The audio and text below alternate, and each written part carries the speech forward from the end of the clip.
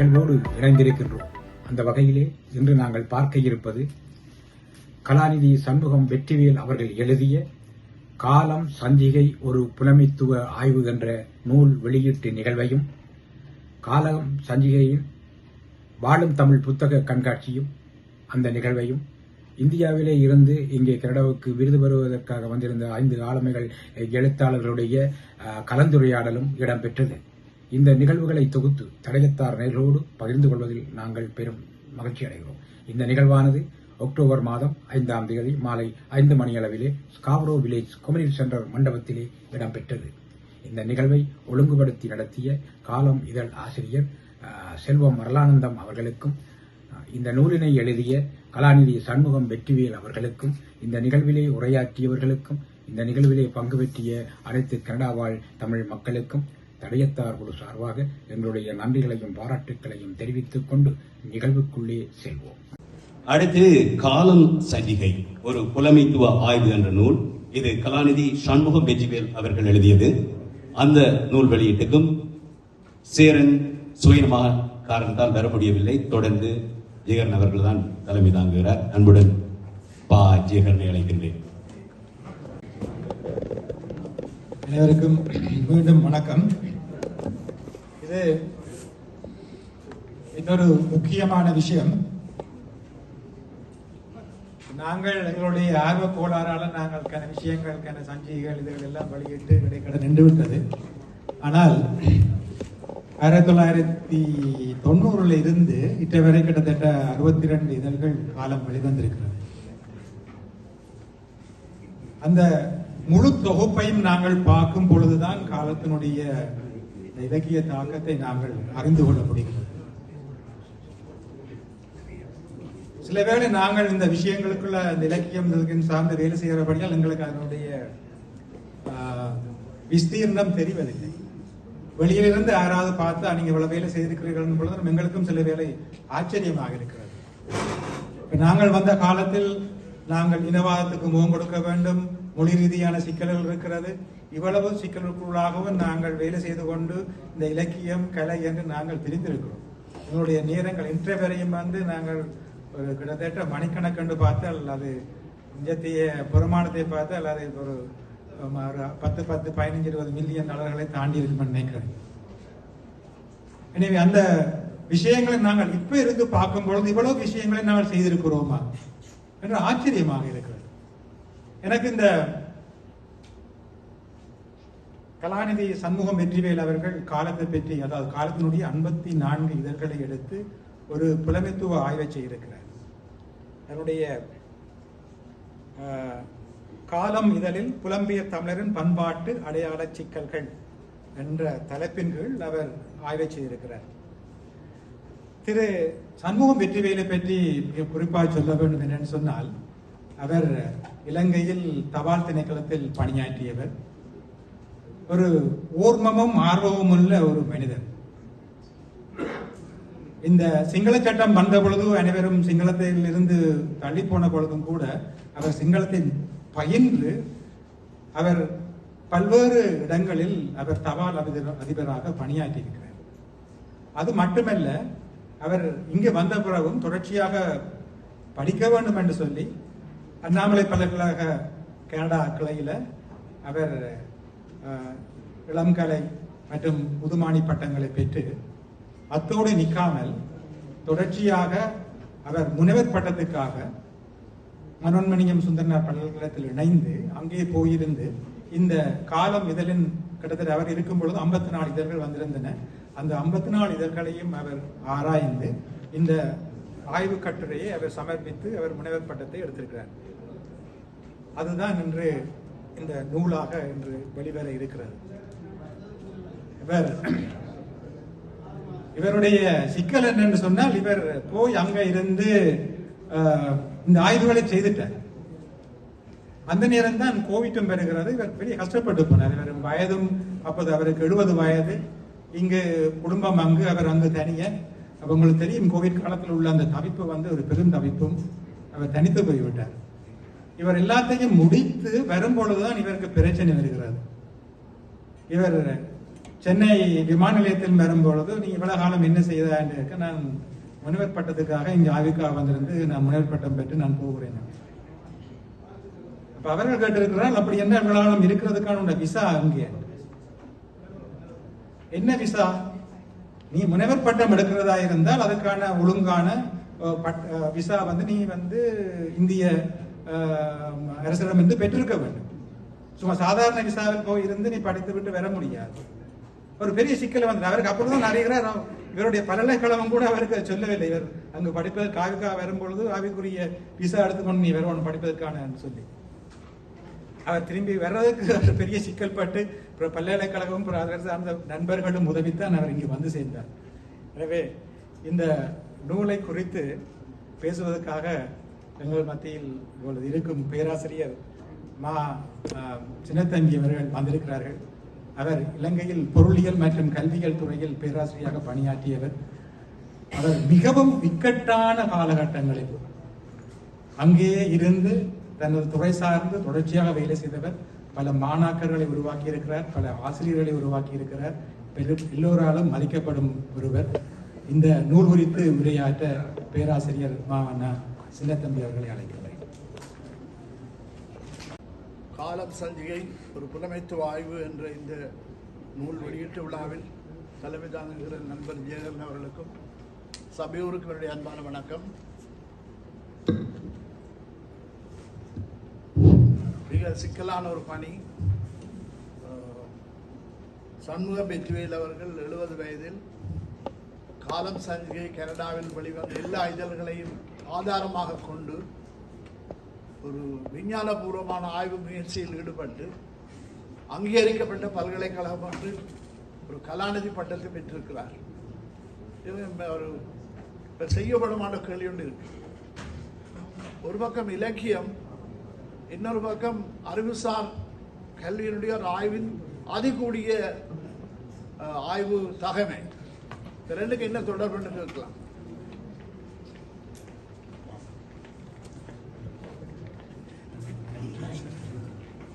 இவர்தான் இந்த கலாநிதி சண்முகம் வெற்றிவேல் அவர்கள்.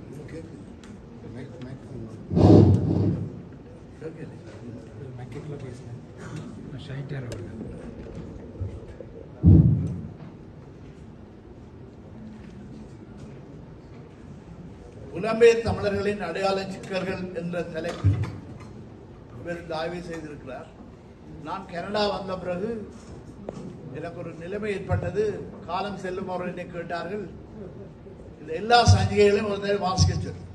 நீங்கள் நம்புவீர்களோ தெரியாது, அவருடைய 55 காலம் சஞ்சிகைகளை நான் வாசித்தேன்.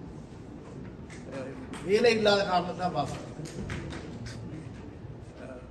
நான் இடத்துல ஓய்வு பெற்று வந்தபடியினாலே எங்களுக்கு நேரம் கிடைத்தது. இங்கே நிறைய இந்த சொன்னார்கள், இந்த கலாநிதி பட்டத்திற்காக இந்த சஞ்சிகைகள் உதவின, சான்றாதாரங்களை கொண்டிருக்கின்றன என்று. எனக்கு அது புதுமையாக இருந்தது. ஏனென்றால் என்னுடைய பகைப்புலம் வித்தியாசமானது. நான் யாழ்ப்பாணத்தில் பிறந்ததில் இருந்து வளர்ந்தவன். சண்டைக்கு முன், சண்டையின் போது, சண்டையின் போது வாழ்ந்தவன். 11ஆம் ஆண்டு இங்கே டொரண்டோ பல்கலைக்கழகம் என்னை ஒரு விசிட்டிங் ஸ்காலராக அழைத்தபடியினால் இங்கே வந்தேன்.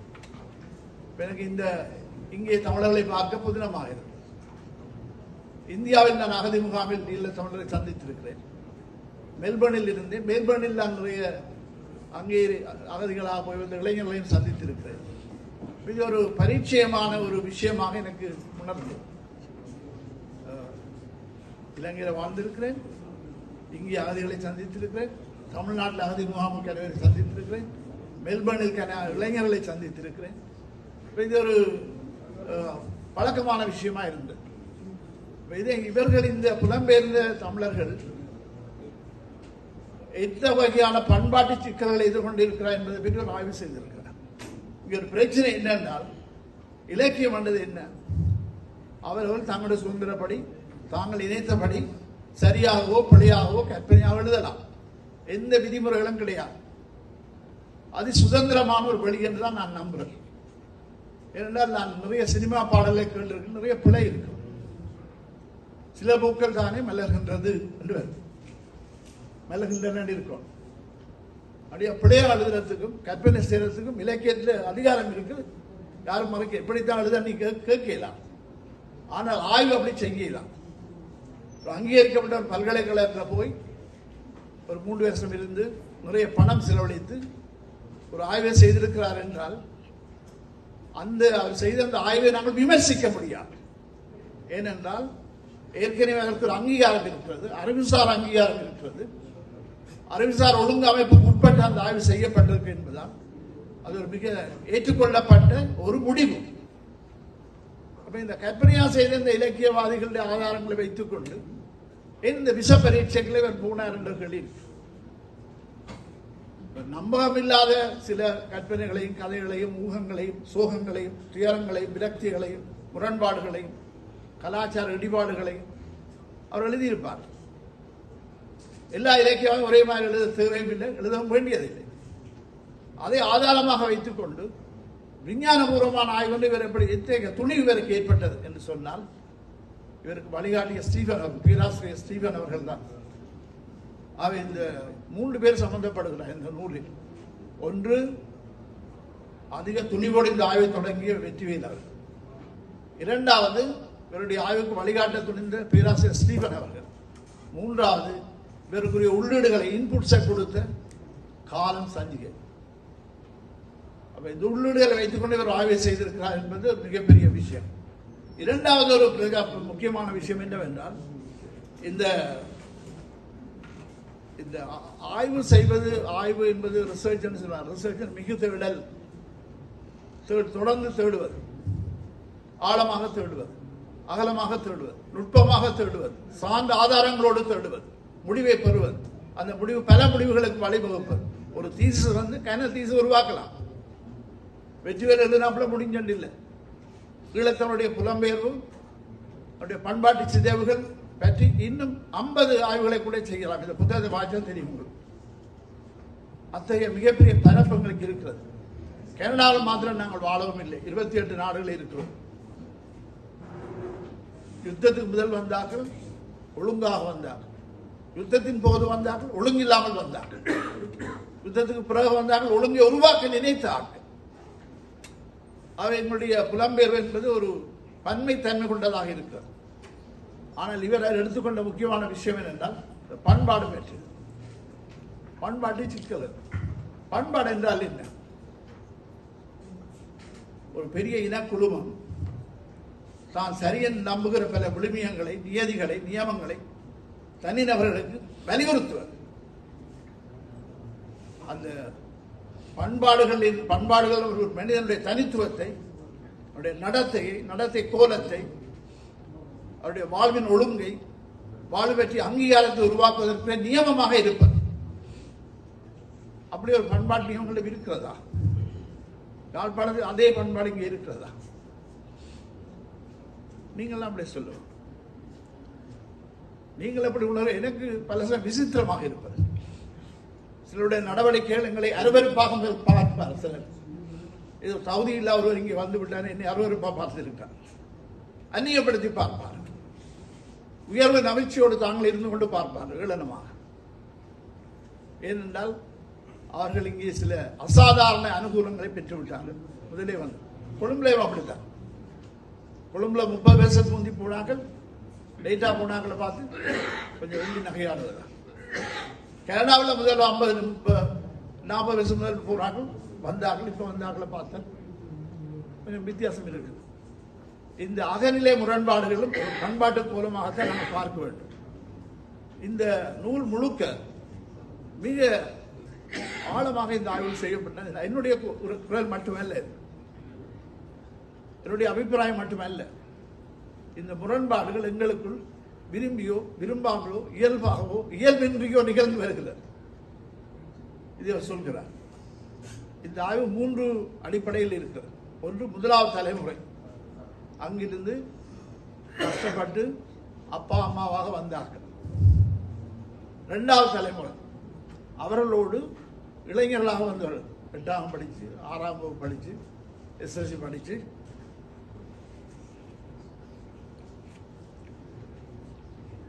டிகிரி முடிச்சு கொண்டு வந்தார்கள். 3வது இங்கே பிறந்தவர்கள். அவர்கள் தான் சிக்கல். இங்கே ஒருவரும் இல்லை அப்படி தலைமுறையாக. இங்க வந்திருக்கிற ஆட்கள்ல எல்லாருமே முதலாவது தலைமுறை தப்பித்தவர், இரண்டாவது தலைமுறை. எங்கே மூன்றாவது தலைமுறை? ஏன் வருவதில்லை? ஏன் வருவதில்லை? முக்கியமான கேள்வி. வர மாட்டார்கள். உங்களுடைய நியதி ஒழுங்குமுறையில் விலகித்தான் இருக்கிறார்கள். இலங்கையில் சொல்றால் தாய்மொழியில் கல்வி கற்க வேண்டும். ஆக்சுவலி நான் ப்ரொஃபஸர் ஆஃப் எஜுகேஷன். தாய்மொழியில் கற்க, இங்கே தாய்மொழி என்றால் என்ன? படிக்க போற பிள்ளைகள் எது தாய்மொழி? அம்மா வீட்டில் பேசுகிற மொழி தாய்மொழி என்று சொல்கிறோம். அந்த மொழியில படிக்கிறார்கள். சிங்கள மொழியில் படிக்கக்கூடாதுன்னு சொல்லி நாங்கள் அரசியல் போராட்டம் நடத்தினோம். எத்தனை மொழிகள் படிக்கிறோம்? பிரெஞ்சில் படிக்கிறோம், ஜெர்மனில் படிக்கிறோம், லாட்டினில் படிக்கிறோம், டென்மார்க், சுவிஸ், டேனிஷ் லாங்குவேஜில் படிக்கிறோம். தாய்மொழியில் கற்றல் உங்களுடைய பண்பாட்டில் முக்கியமான அம்சம் என்று சொல்லுகிறோம். உங்களால் முடிகிறதா? பெற்றோரின் வழிகாட்டல் உங்களுடைய பண்பாட்டு முக்கிய கூறு. அன்னையோட அரசு வைபவம், தந்தையோடு கல்வி போம் என்று சொல்ல. தந்தைக்கு கல்விக்கு ஒரு செலவும் இல்லை. தந்தை கல்வியை வழிகாட்டக்கூடிய எந்த தகமையும் இல்லை. அரசு தான் பொறுப்பு. ஏதாவது பிரச்சனை அவர்களுக்கு போலீஸ் நம்பர் தெரியும், 911 சொல்லுவாங்க. அப்பாவுக்கு சொல்லுவதை போலீஸுக்கு முதல் சொல்லுவார். அவருடைய வழிகாட்டிகள், அவருடைய நம்பிக்கைக்குரியவர்கள் யார்? மூன்றாவது தலைமுறை பிள்ளைகளுக்கு யார் வழிகாட்டுவது, யார் நெறிப்படுத்துவது? அவருடைய தாய்மொழி என்ன? தாய்மொழி கல்விகள் படிக்கிறார்களா? இந்த முதியோர் என்பவர்கள் விடுமியங்களை கைமாற்றுபவர்களா? ஊர்ல சொல்வார், அம்மம்மாவோட இருக்கிறது, பாட்டாவோட இருக்கிறது தான் எங்களுக்கு நல்லது. அம்மாவோட அம்மம்மாவோட விளையாட கூட அவர்கள் தான் எல்லா விடுமியங்களையும் கைமாற்றினார். இங்கே அது நிகழ்கிறதா? சாத்தியப்படுகிறதா? இப்படி நிறைய பிரச்சனைகளை இந்த ஆய்வில் வெற்றியாளர்கள் செய்திருக்கிறார்கள். முக்கியமாக பார்க்க வேண்டும், இந்த காலம் சஞ்சிகை ஒரு இலக்கிய சஞ்சிகை தான். இப்ப இலக்கிய விஷயங்களை வைத்துக்கொண்டு ஆய்வுகளை செய்ய முடியுமா என்பது முக்கியமான கேள்வி. இங்கே அறிஞர் ஆர் பாலகிருஷ்ணன் வந்திருந்தார்கள். இந்த இந்து சமவெளி பற்றிய பண்பாட்டு பயணம் என்ற நூலை ஆய்வை செய்தவர் இங்கே வந்திருந்தார். அவருடைய பேச்சை நாம் கேட்கக்கூடிய இருந்தது. அவர் இந்த சங்ககால இலக்கியத்தை அடிப்படையாக வைத்துக் கொண்டு தமிழருடைய பூர்வீகம் பற்றிய, தொன்மை பற்றிய ஆய்வை செய்திருந்தார். இன்னும் தொடர்ந்து அதை செய்து கொண்டிருக்கிறார். இப்ப இலக்கியத்திலிருந்து ஒரு ஆய்வை, விஞ்ஞானபூர்வமான ஆய்வை செய்ய முடியுமா என்றால் முடியும் என்பதை அவரும் சொல்கிறார். ஒரு பொய்மையில் இருந்து ஒரு உண்மையை கொண்டு வருவது. இலக்கியம் இந்த காலம் சஞ்சிகையில் வர எல்லா கட்டுரைகளிலும் எங்கே ஒரு இடத்தில் உண்மையில் இருக்கக்கூடும். ஆனால் இலக்கியம் என்ற விடையில் சார்ந்த ஆதாரம் இல்லை. ஆனால் சில கட்டுரைகள் இருக்கிறது. அந்த கட்டுரைகள் பல முக்கியமான விஷயங்களை சொல்கிறது. நான் இங்கே வந்தபோது ஒரு பத்திரிகையில் ஒரு கட்டுரை எழுதினேன். அன்று அகதிகள் இந்த சுற்றுலா உல்லாச பயணிகள் என்று கட்டுரை எழுதினேன். என்னுடைய தாயகத்துக்கு வருபவர்களை பார்த்து, என்னுடைய வீட்டுக்கு முன்னால் ஒரு ஹோட்டல் இருக்கிறது. ஒரு நாள் இரவுக்கு 40,000 ரூபாய். கொக்குவில் என்ற வீட்டுக்கு முன்னால் ஒரு ஹோட்டல், ஒரு நைட்டு 40,000 rupees. இவர்கள் தான் வருகிறார், எம்மவர்கள் தான் வருகிறார். அப்போ அந்த ஹோட்டல் ஆக்களோட கலைக்கும் அவர் சொன்னார், எங்களுடைய ஆக்கள் நல்ல டூர் உள்ள விரும்பமான கவர்ச்சிகரமான உல்லாச பயணிகள், நிறைய வருமானம் கிடைக்கிறது. அப்ப நான் அவ்வாறு எழுதியதற்காக இங்கே உள்ள ஒரு மருத்துவர் தன்னுடைய கடுமையான விமர்சனத்தை தெரிவிப்பதற்காக என்னை சந்திக்க விரும்பினார். நான் சந்தித்தேன். எப்படி நீங்கள் சொல்ல முடியும், நாங்கள் அந்த மண்ணின் சொந்தக்காரர்கள், எங்களை எப்படி உல்லாச பயணிகள் நீங்கள் சொல்ல முடியும் என்று. அது முடிந்து விட்டது. நீங்கள் 10 வருஷத்துக்கு பிறகு பாருங்க, 11ஆம் ஆண்டு அவரோட உரையாட போக சொன்னேன். 10 வருஷத்துக்கு பிறகு பாருங்க, எங்களுடைய உணவு உண்ண மாட்டார், யாழ்ப்பாண சூழ இருக்க மாட்டார், யாழ்ப்பாண உடைகளை அணிய மாட்டார், யாழ்ப்பாணம் அவரோட பேச மாட்டார், யாழ்ப்பாண மொழி அவர்களுக்கு தெரியாது, உறவு முறைகள் தெரியாது, தொடர்பாடல் நாகரிகங்கள் பண்பாடுகள் அவர்களுக்கு தெரியாது, வேண்டும் என்றல்ல தெரியாது. இந்த மண்ணின் ஒரு பிரஜைகளாக இந்த கலாச்சாரத்தை கொண்டு செல்பவர்களாக இந்த கலாச்சாரத்தை கடத்துபவர்களாக அவர் வளருவார் என்று சொன்னேன். எனக்கு அவருக்கு சின்ன முரண்பாடு ஏற்பட்டார். அவர் டாக்டர் மேல கல்வி நேரம் உரையாடி நான் சேரன் அவர்களுடைய காலம் சந்தி ஒரு கட்டுரை இருக்கிறது. சேரன் அவர்கள் எழுதியிருக்கிறார்கள். இந்த எங்களுடைய மக்களில் ஏற்பட்ட மிக முக்கியமான மாற்றங்களில் ஒன்று ஒரு ஆய்வு பற்றியதாக. வருடத்துக்கு ஒரு முறை நாங்கள் உல்லாச பயணமாக நல்ல நாடுகளுக்கும் செல்வது என்பது எங்களுடைய பண்பாட்டில் ஒரு அம்சமாக இருக்கிறது எழுத உண்மைதான் எழுதியிருக்கிறார். இந்த நீங்களும் அதை தொட்டு காட்டுகிறார். நாங்கள் கோவில்களுக்கு சில வழக்கம் நல்லூருக்கு போறது கருகாம்பூர் எல்லாம் இருக்குது. நான் உல்லாச பயணிகளாக ஒரு பருவத்துக்கு வழிக்கிடுவது என்பது புதிய நாகரிகத்தின் முக்கியமான அம்சம். பிள்ளைகள் இல்லை. சரி, இப்படி நாங்கள் ஒரு நாகரிக பாதையில் நகர்கிறோம், அசைகிறோம், விலகுகிறோம், புதிய பரிமாணம் ஒன்று உருவாக்குகிறோம் என்ற செய்தி முக்கியமானது. இது ஏற்றுக்கொள்ளத்தக்கதா கண்டிக்கத்தக்கதா விடை இல்லை. அப்படி விடை சொல்லுகிற அதிகாரங்களுக்கு கிடையாது. வரலாறுகளை நகர்த்துகிறது. புதிய புதிய பண்பாடுகள் சேருகின்றன. இங்குள்ள சில பிறந்த தின வைபவங்களுக்கு நான் போயிருக்கிறேன்.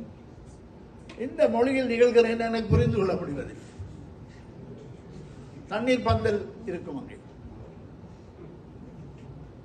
எனக்கு ஒரு மாணவன் யாழ்ப்பாணத்தில் படித்த ஒரு மாணவன் வவுனியா பல்கலைக்கழகம் இங்கே எனக்கு ஒரு டின்னர் தந்தார். நான் என்றுமே மதுபானம் அருந்தியதில்லை, புகைத்ததும் இல்லை.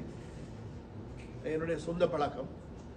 அவர் எனக்கு ஒரு டின்னர் தந்த வீட்டில் சாப்பிட்டு பிடிக்க சொன்னார். சார் கொஞ்சம் இந்த குடிபானம் குடிச்சு பேரும் குடிச்சா நல்லது சார்.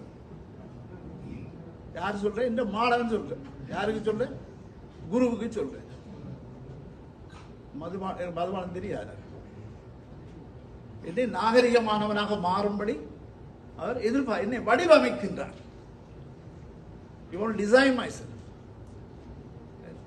இது சரியா பிழையா என்பது உங்களுடைய சிந்தனைக்குரியது. ஆனால் இத்தகைய மாற்றங்கள், பண்பாட்டின் அசைவுகள், நகர்வுகள், அதிர்வுகள் நிகழ்ந்து கொண்டுதான் இருக்க போகிறது. தடுக்க முடியாது. இதை நாங்கள் ஏற்றுக்கொள்ளலாமா, இலகுவாக கடந்து விடலாமா என்பதெல்லாம் இந்த சமூகம் எதிர்காலத்தில் தீர்மானிக்க வேண்டிய விஷயங்கள் தான். இதை பற்றியெல்லாம் வெற்றிவேல் அவருடைய இந்த நூல், நீங்கள் இந்த நூலை வாசிக்க வேண்டும். சுவையாகவும் இருக்கும், அதிர்ச்சியாகவும் இருக்கும். ஆனால் உங்களால் 55 இதழ்களை வாசிக்க முடியுமோ தெரியாது. ஆனால் இந்த புத்தகத்தை வாசிக்க முடியும். இது விற்பனை மேம்பாட்டுக்காக நான் சொல்லவில்லை. Sales promotion. நான் சொல்லுகின்ற விஷயம் என்னவெனில், எங்களை பற்றி நாங்களே, முதலாவது தலைமுறையாகிய நாங்கள் இதை பற்றி பேச முடியும். மூன்றாவது தலைமுறைகளுக்கும் இந்த புத்தகத்துக்கும் ஒரு தொடர்பும் இல்லை. அவர் வாசிக்க மாட்டார்கள். அப்படியானால் இதை ஆங்கிலத்தில் மொழிபெயர்க்க வேண்டும். ஏனென்றால் அவருடைய மொழி தமிழ் அல்ல. 30 ஆண்டுகளுக்கு பிறகு இந்த புத்தகம் ஆங்கிலத்தில் மொழிபெயர்க்கப்பட்டிருந்தால் அதிக பெறுமதியுடையதாக இருக்கும் என்று நான் நம்புகிறேன். அப்போது இப்படி எங்களுடைய புலம்பெயர்ந்த மக்கள் இவ்வாறு வாழ்ந்தார்கள், எங்களுடைய முதலாவது தலைமுறை இப்படி இருந்தார் என்ற செய்தியை கைமாற்றுகின்ற, சான்றாதாரங்களோடு கைமாற்றுகின்ற ஒரு மிகப்பெரிய முயற்சியாக இந்த ஆய்வு அமைந்திருக்கு நான் நம்புகிறேன். இது எங்களை பொறுத்த மட்டில் என்னுடைய பொதுவான ஒரு கருத்து, இலக்கியத்தை வைத்துக் கொண்டு விஞ்ஞானபூர்வ ஆய்வொன்றை செய்ய முடியுமானால் இந்த விஞ்ஞானபூர்வமான படிப்பும் இலக்கியம் ஒன்றா. அண்மையில் நான் பார்த்தேன், 2024ஆம் ஆண்டு இந்த தென்கொரியா நாட்டை சேர்ந்த பெண் எழுத்தாளர் ஹாங்காங் என்பவருக்கு சாகித்ய அகாடமி நோபல் பரிசு, உலகின் மிகச்சிறந்த நாவலுக்கான பரிசு கொடுக்கப்பட்டது. மனித வாழ்வின் பலவீனங்கள் என்பது பற்றி அவருடைய நாவலுக்கு கொடுக்கப்பட்டிருக்கு. கிட்டத்தட்ட இந்திய மதிப்பில் 9 கோடி ரூபாய் இதற்கு கொடுக்கப்பட்டிருக்கிறது, இலக்கிய படைப்பு. அதே சமயம் வேதியியல், பிசிக்ஸ், இயற்பியல், மருத்துவம், பொருளாதாரம் போன்ற இந்த நுண் ஆய்வுக்கும் 9 கோடி ரூபாய் கொடுக்கப்பட்டது. இதை உறுதிப்படுத்துகிறது. இலக்கியமும் நுண்மதி ஆய்வும் ஒன்றுதான். அப்படியானால் இவர் செய்த ஆய்வும் சரிதான். அந்த வகையில் எனக்கு இந்த வெற்றிவேல் அவருடைய ஆய்வு நியாயமானதாகப்படுகிறது. என்றால் அது சரியா இல்லைன்னு சொல்ல அதிகாரம் எங்களுக்கு ஏற்கனவே அவருக்கு ஒரு பல்கலைக்கழக பட்டத்தை கொடுத்து விட்டது. ஆனால் இந்த விஷயங்களை நாங்கள் கலந்துரையாடுவது எங்களுடைய கலாச்சாரம் பற்றிய சில படிமானங்களை அல்லது மூன்றாம் தலைவர்களுக்கு சொல்லக்கூடிய சில விஷயங்களை பற்றி நாங்கள் எங்களுக்குள் கலந்துரையாடுவதற்கான சில முன் சிந்தனைகளை இந்த நூல் தரக்கூடியதாக இருக்கிறது. அது என்னுடைய மிக முக்கியமான ஒரு கருத்தாகும். அதே சமயம் எங்களுடைய இந்த நூலை பொறுத்த மட்டில் யுத்தங்கள் மாற்றங்களை கொண்டு வந்திருக்கின்றன. 1914ஆம் ஆண்டு முதலாம் உலகத்தை தொடங்கிய பிறகுதான் கனடாவில் பெண்களில் நிறைய மாற்றங்களை ஏற்பட்டன. நான் இங்கே புத்தகங்கள் வாசித்திருக்கேன். வந்தவுடன் நான் செய்த முதலாவது வேலை இந்த சிறுவர்களுக்கான வரலாற்று கனடிய சிறுவர்கள் படிக்கின்ற வரலாற்று புத்தகத்தை படித்தேன். இந்த பெண்கள் ஜீன்ஸ் போட தொடங்கியது, சைக்கிளோட தொடங்கியது, ஃபுட்பால் விளையாட தொடங்கியது, ஃபுட்பால் டீம் உருவாக்கியது எல்லாமே இந்த யுத்தத்தின் பிறகு அவர்கள் பெற்றுக்கொண்ட சில விஷயம். ஆனால் அவற்றை பலவற்றை திரும்ப பறித்து விட்டார். அவை இந்த யுத்தத்தில் அதிகம் பாதிக்கப்படுபவர்கள், பண்பாட்டில் அதிகம் பாதிக்கப்படும் பெண்கள் தான்.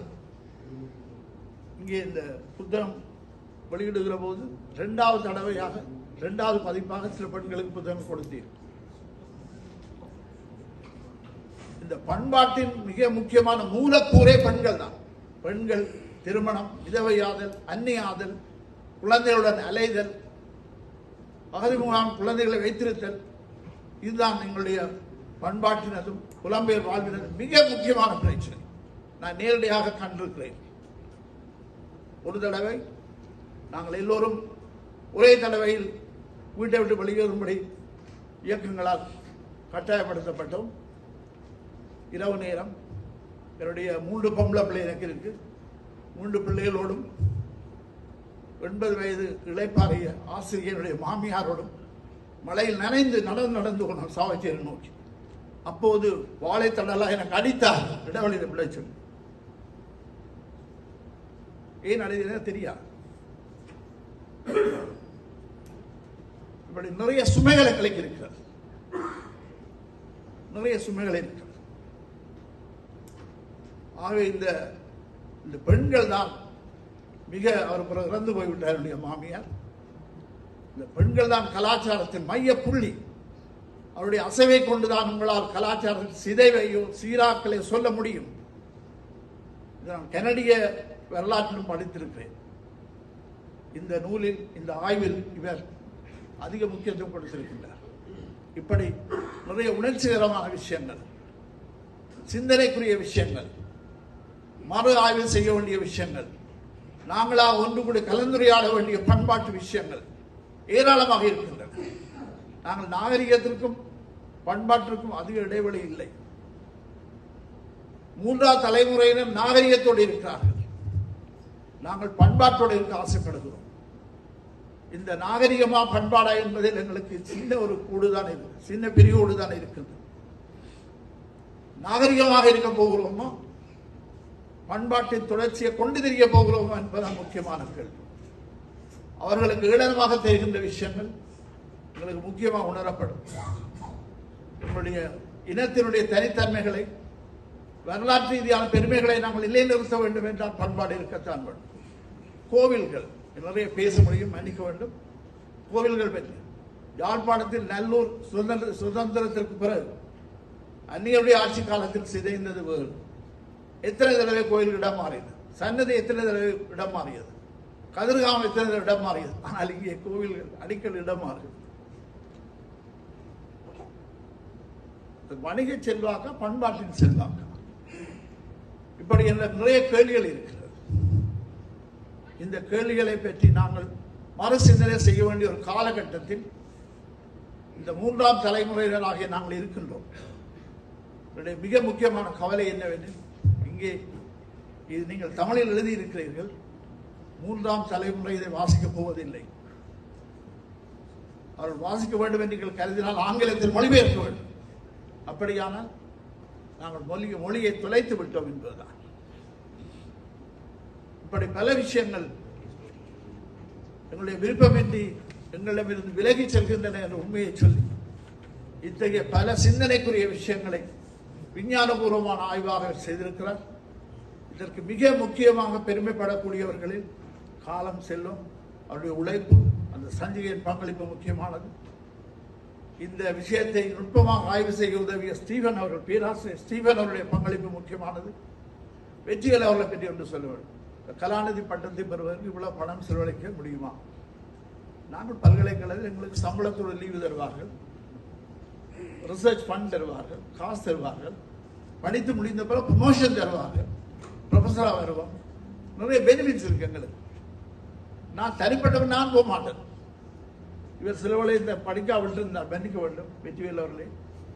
நீர் போய் கலாநிதி பட்டம் பெற்று காட்ட ஒரு பிஸ்னஸ் பில்டிங் இங்கே இருக்கு, அல்ல பெரிய வீடு இருக்கு, அல்ல ஒரு மகன் எம்பிபிஎஸ் டாக்டர் ஆக்கி இருப்பார்.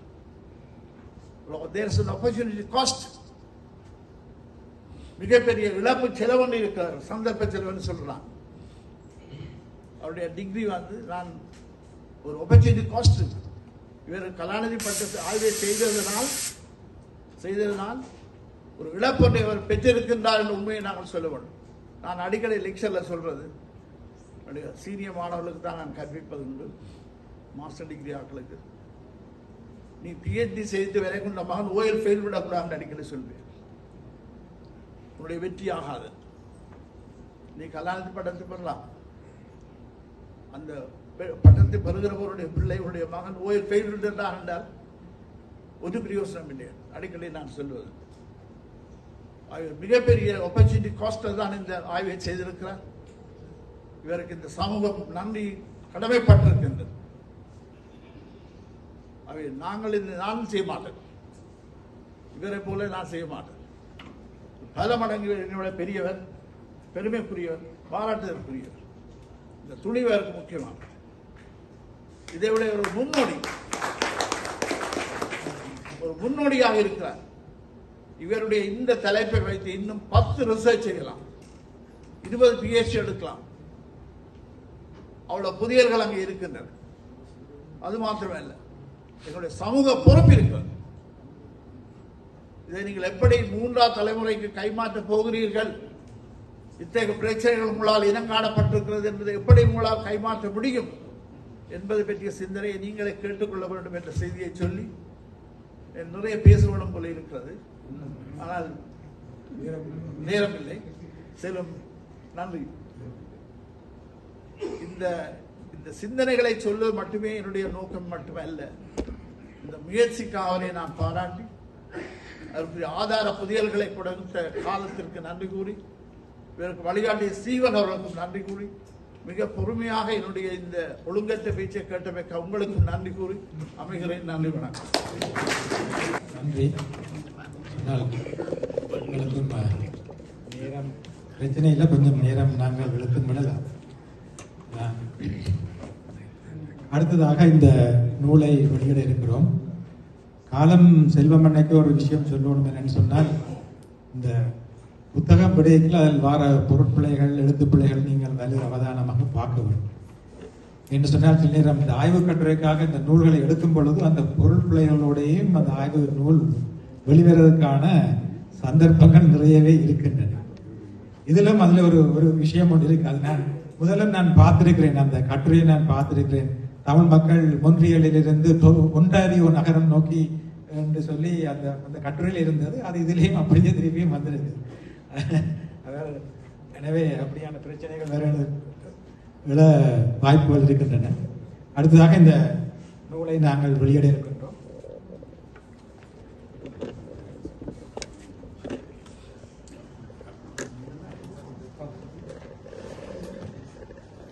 முதலாவது பிரதியை பெற்றுக்கொண்ட டாக்டர் போல் ஜோசப் அவர்களை அழைக்கிறேன்.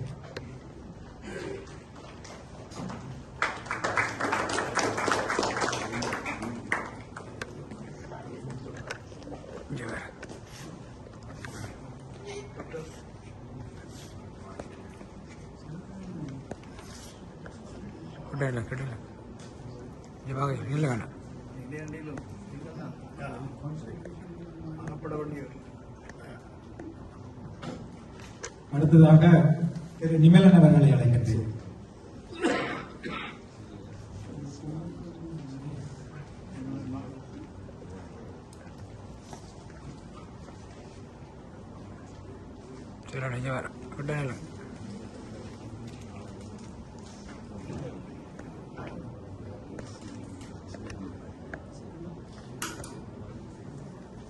அடுத்ததாக நண்பர் திரு சிவகுமாரன் அவர்களை அழைக்கின்றேன்.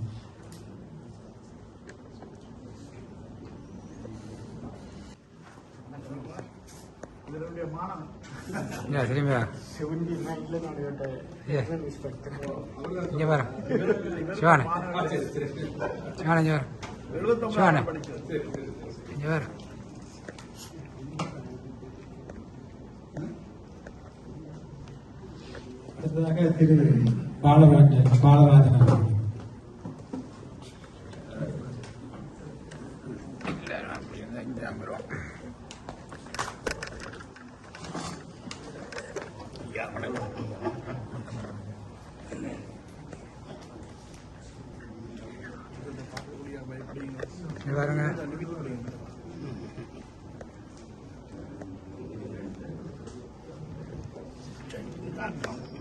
இதுக்காக சுரேஷ் தமிழ் எழுத்தாளர் இணையர் அகனி சுரேஷ்.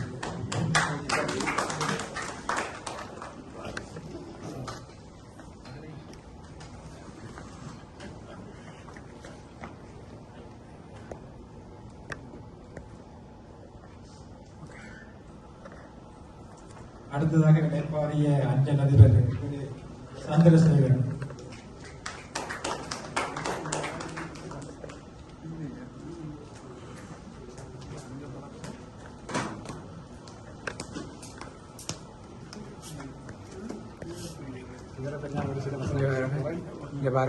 நாங்களும் ஒரு 10 வருடமாக அஞ்சலாக வேறு சென்றோம். அப்பொழுதும் புத்தகங்களை வைக்க மாட்டேன். 24 மணி நேரம் புத்தகங்களாம் இருப்பேன். நைட் ஷிஃப்ட் வந்தால் கூட அப்படி புத்தகங்களை வாசிக்கணும். எனக்கு சிங்களம் கலைகளாக தெரியும்.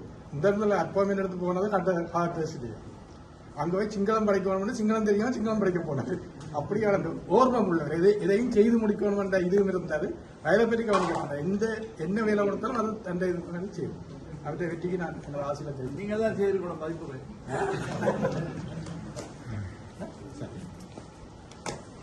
அடுத்ததாக Thiru V Gunalingam, Raja finance service.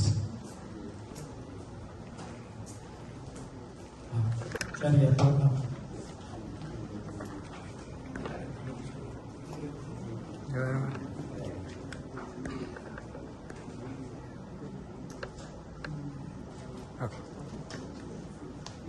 நன்றி. இதோடு வெளியிட முடிகிறது. வெற்றிகளுடைய ஏற்புரையோடு நாங்கள் இதை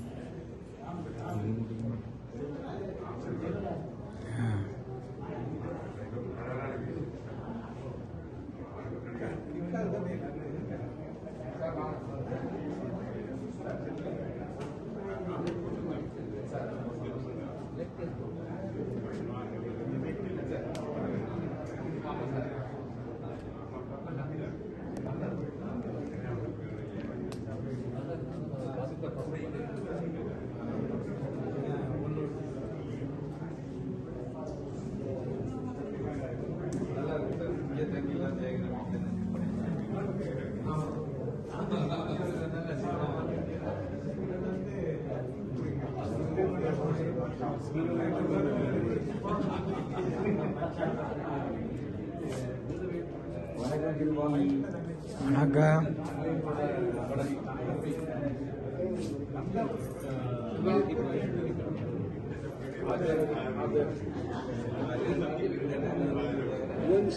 புத்தகம் தனியாக வச்சிருக்கு.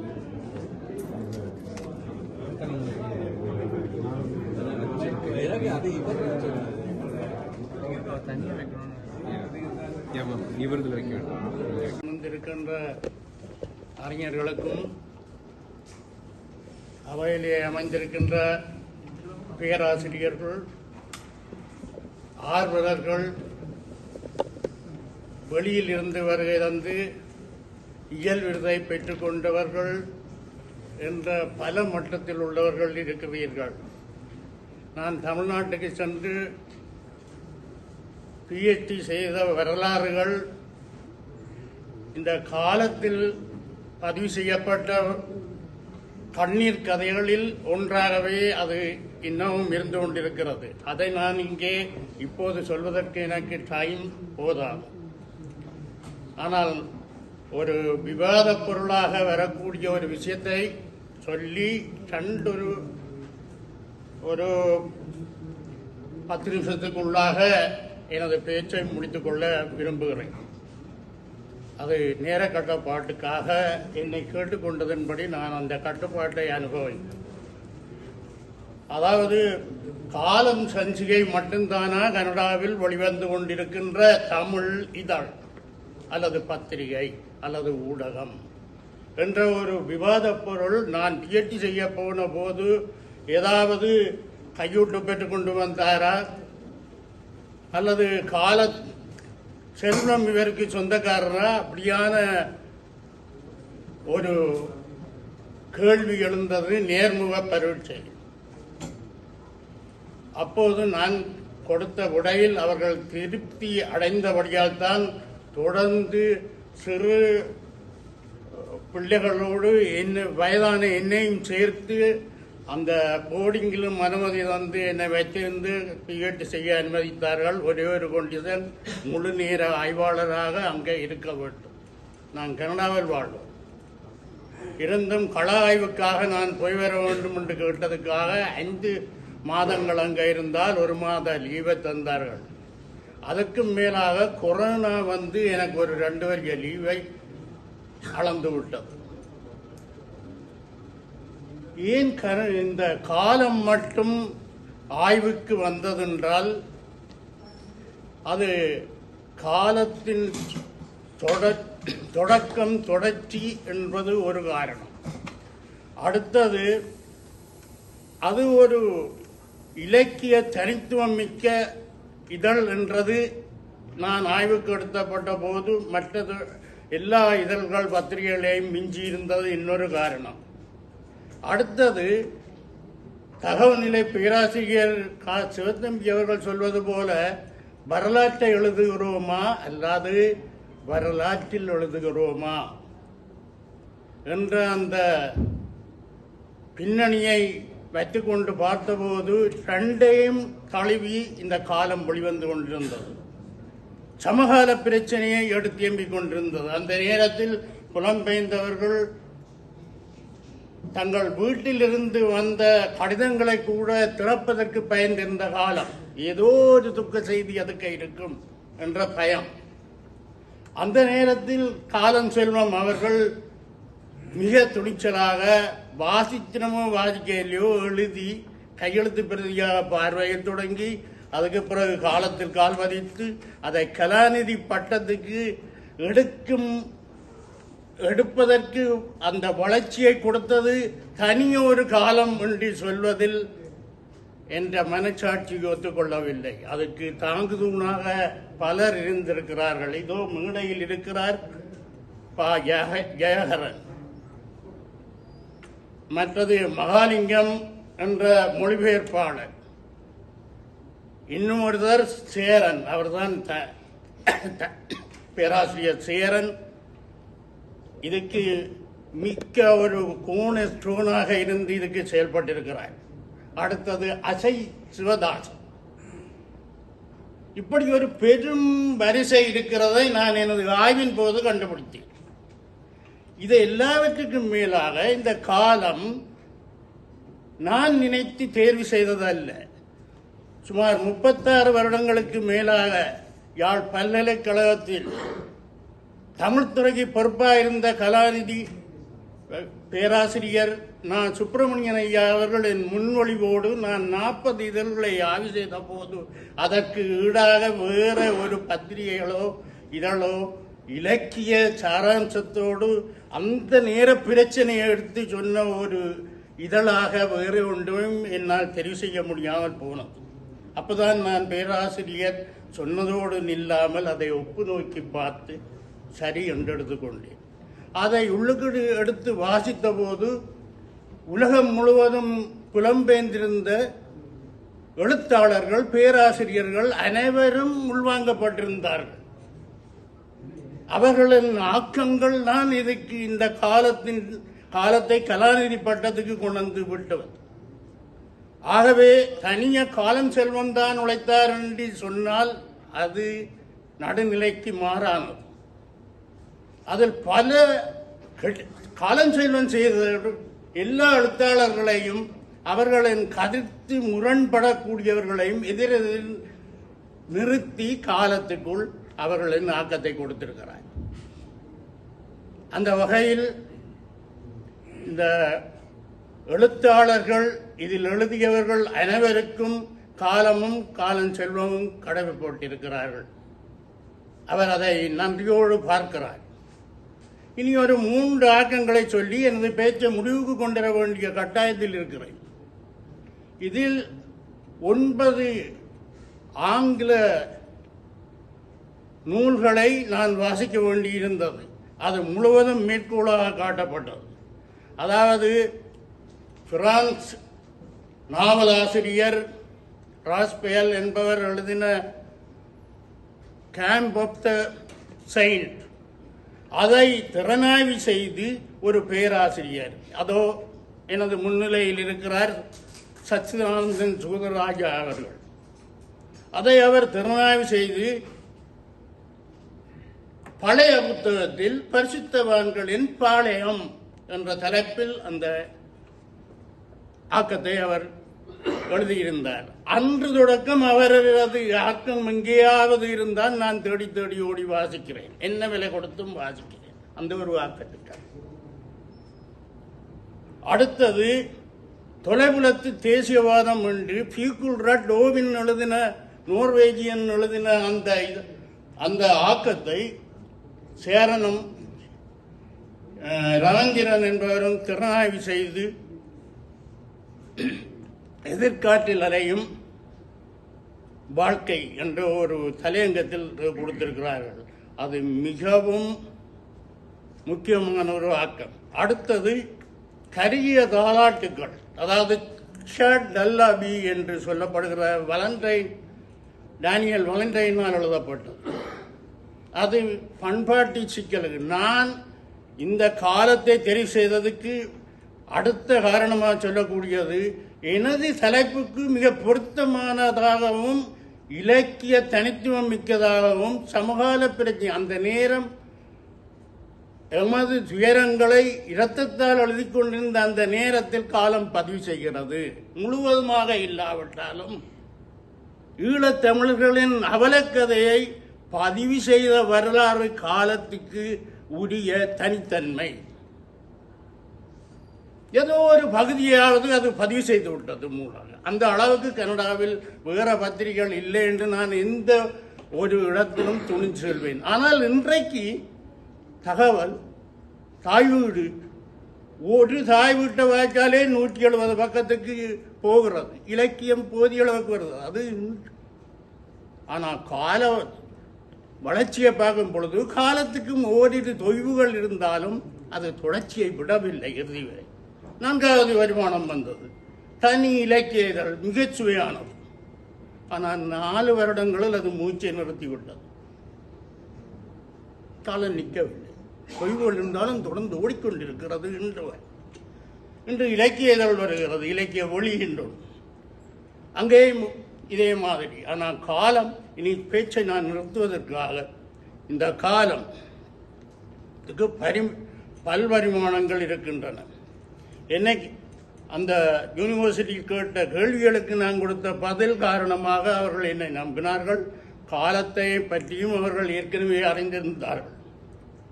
அது என்னவென்றால், தனிய காலத்தால் செல்வம் கௌரவம் பெற்றதா அல்லது செல்வம் காலத்தால் பெற்றாரா என்பது ஒரு புதிராகத்தான் இருக்கிறது.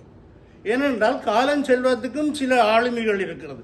ஊடகர், ஏடகர், நாடகர், நடமாடன் லைப்ரரி. அது வாழும் தமிழ் ஊடாக நாங்கள் கண்ணாட காட்டுகிறோம். ஒரு வருடத்தில் ஆக குறைஞ்சது 15 தடவைகளாவது அவர் இந்த புத்தகத்தோடு தெரிவார். அவர் ஒரு புத்தக வியாபாரி போல நிற்பார். மல்லிகைவாக்கும் இவருக்கும் ஏதாவது தொடர் இருக்குமோன்று நான் எண்ணின காலமும் இருக்குது. இந்த புத்தகத்தை கொண்டு போங்கோ, நீங்கள் வாசிப்புகளாக இருந்தால் காசு வேண்டாம். அப்படியும் அந்த காலத்தை அவர் எனக்கு தந்தது எனக்கு இன்றும் ஞாபகம். அப்படியான செல்வத்துக்கு தெருக்கூத்தும் தெரியும், நாடக அரங்காளுமையும் தெரியும். அவர் தானே ஆடுவார். அத்தோடு 2 சிறப்பிதழ்களை வாரந்தோறும் மற்ற எந்த ஒரு இதழும் செய்யாத காலத்தில் காலம் செல்வம் செய்து கொண்டிருந்தார். 2 சிறப்பிதழ், அது தமிழ்நாட்டில் இருந்தும் இலங்கையில் இருந்தும் உலகத்தில் இருந்தும் 2 பேருக்கு சிறப்பிதழ்கள் விடுவார். இங்கே யாராவது வந்தால் இது போன்ற அடுத்த நாள் கட்டாயம் காலம் செல்வம், அது இயல்பிற்கு வந்தா என்ன, இலக்கியத்தோட்டத்துக்கு வந்தா என்ன, வேறு தனியார் அலுவலுக்கு வந்தா என்ன, நல்ல ஒரு எழுத்தாளன், நல்ல ஒரு பிரபல்யம் வந்த பேராசிரியர், அப்படியான ஆட்கள் இங்கே வந்துட்டால் அடுத்த நாள் செல்வம் ஒரு விழா நடத்துவார். இதற்கெல்லாம் அவர் கொடுத்த விலை காலத்துக்கு தாங்கு தூணாக இருந்திருக்கிறது. என்ன இருந்த போதும் பேராசிரியர் பாலசுந்தரம், இளைய தம்பி பாலசுந்தரம் அவர்கள் எனக்கு சொன்னது என்னென்றால், காலம் இதழ் மிக கடல் போன்றது. வெற்றிவேல், நீங்கள் அதுக்கு சுழியோடி ஆழத்து முத்துக்களை மட்டும் எடுத்து வந்து மாலையாக தொடுத்து அதை நூலாக்கி இருக்கிறீர்கள். உண்மை. மொத்தம் 461 கட்டுரைகளில் ஒரு 15 கட்டுரைகளைத்தான் நான் நுண்ணாய்வு செய்தேன். மற்ற எல்லாத்தையும் ஆய்வு செய்து நுண்ணாய்வுக்கு வந்தது ஆக 16. 348 கவிதைகளில் ஒரு 18 கவிதைகள் தான் நுண்ணாய்வுக்கு எடுத்துக்கொண்டேன். 192 சிறுகதைகளில் ஆக 9. அதில் டேனியல் ஜீவாவின் சிறுகதையும் பெரியாவின் நாய்கள் என்ற 2 கதையும் மிக கவனிக்க வேண்டியது. டேனியல் ஜீவா எழுதின குட்டான் என்னும் சிறுகதை இன்று வரை புலம்பெயர்ந்த எல்லா நாடுகளிலும் மாமிக்கும் மருமகளுக்கும் நடக்கிற ஒரு சண்டை. இது பண்பாட்டு சிக்கல். இது பண்பாட்டு சிக்கல் புலம்பெயர்ந்ததால் உருவாகுது. இன்னும் ஒரு வேறு தளத்துக்கு பண்பாட்டு அடையாள சிக்கலை ஆய்வு என்ற தலைப்பில் ஆய்வு செய்த போது பண்பாட்டில் இசைவாக்கம் பெறுதல் அது பெரிய சிரமமாக இருந்தது ஆரம்பத்தில். அடுத்தது பண்பாட்டு சிதைவு, பண்பாட்டு மாற்றம். இன்றைக்கு ஒரு புதிய பண்பாட்டில் நிற்கிறோம். இன்று கனடிய தமிழர்கள் என்று சொன்னால் அது ஈழத்தமிழர்கள் மட்டும் குறிக்காது. தமிழகத்தில் இருந்து வந்தவர்கள், ஈழத்தமிழர்கள், மலேசிய தமிழர்கள் என்று உலகம் பூராவும் பரவியிருந்த தமிழர்களை ஒன்றாக்கி கனடிய தமிழர் நாம் என்ற ஒரு குடைக்கின் கீழ் நிற்கின்றோம். எங்களது பண்பாடு வாழுமா இல்லை சாகுமா என்பதை நூலை வாய்த்தால் நீங்கள் விளங்கிக் கொள்ளலாம். அடுத்தது, கடைசியாக நான் எனது பேச்சை நிறைவுக்கு கொண்டு வரும் முதல் சொல்ல வேண்டிய ஒரே ஒரு விடயம், இந்த ஆரம்ப எழுத்தாளர்கள் அத்தனை பேரும் செல்வத்துக்கு கை கொடுத்ததால், செல்வமும் தனது அயரா உழைப்பால் எனக்கு ஒரு சிறு இறை கிடைத்தது. நான் தேடிய இறை இந்த காலத்துக்கு தான் இருந்தது. ஆதலாத்தான் அது கலைவாணி பட்டயத்துக்கு தேர்வானது. இதில் எந்தவித ஊர வஞ்சகமும் கிடையாது, நடுநிலைமையோடு செய்யப்பட்ட ஆய்வு என்று கூறி உங்கள் பொறுமையை மேன்மேலும் சோதிக்காமல் நன்றி கூறி வணக்கம்.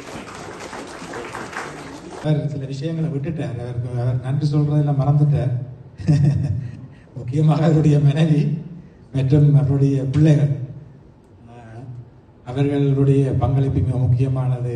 பேராசிரியர் சொன்ன போல இதுக்கு இருந்த நிதி சுமையை அவர்கள் தான் தாங்கினார்கள். அதுக்கும் நாங்கள் உடனே போல மறக்கிறது. மற்றது, இந்த கட்டத்தில் நான் காலம் செல்வர்களுடைய மனைவி தேவாக்காக நாங்கள் நன்றி சொல்லணும். காலமன்னன் காலம் செல்வதை சொல்லவிட்டால் நான் இப்ப 60 தான் விட்டிருக்கிறேன். அவை இல்லாம இருந்திருந்தா நான் 100 விட்டிருப்பேன் என்று சொல்லுவேன். அதுதான் அதனுடைய நன்றியா இருக்கிறது. எனவே நாங்கள் இனி அடுத்த இதற்கு போகிறோம். நன்றி பேராசிரியர் மா சின்னத்தம்பி. நன்றி முனைவர் வெற்றிவேல். நன்றி திரு முனைவர் வெற்றிவேல் அவர்களே. இத்துடன் நாங்கள் இந்த நிகழ்வை முடித்துக்கொண்டு அடுத்ததாக இயல் விருதுக்காக இங்கே வந்திருக்கும் எழுத்தாளர்களை நாங்கள் சந்திக்க இருக்கிறோம். அனைவருக்கும் வணக்கம். இந்த நிகழ்வை தான் சேரன் தலைமை தாங்குவதாக இருந்தது. அவர் சுயநம் காரணமாக வர முடியாத அழைத்திருக்கிறார்.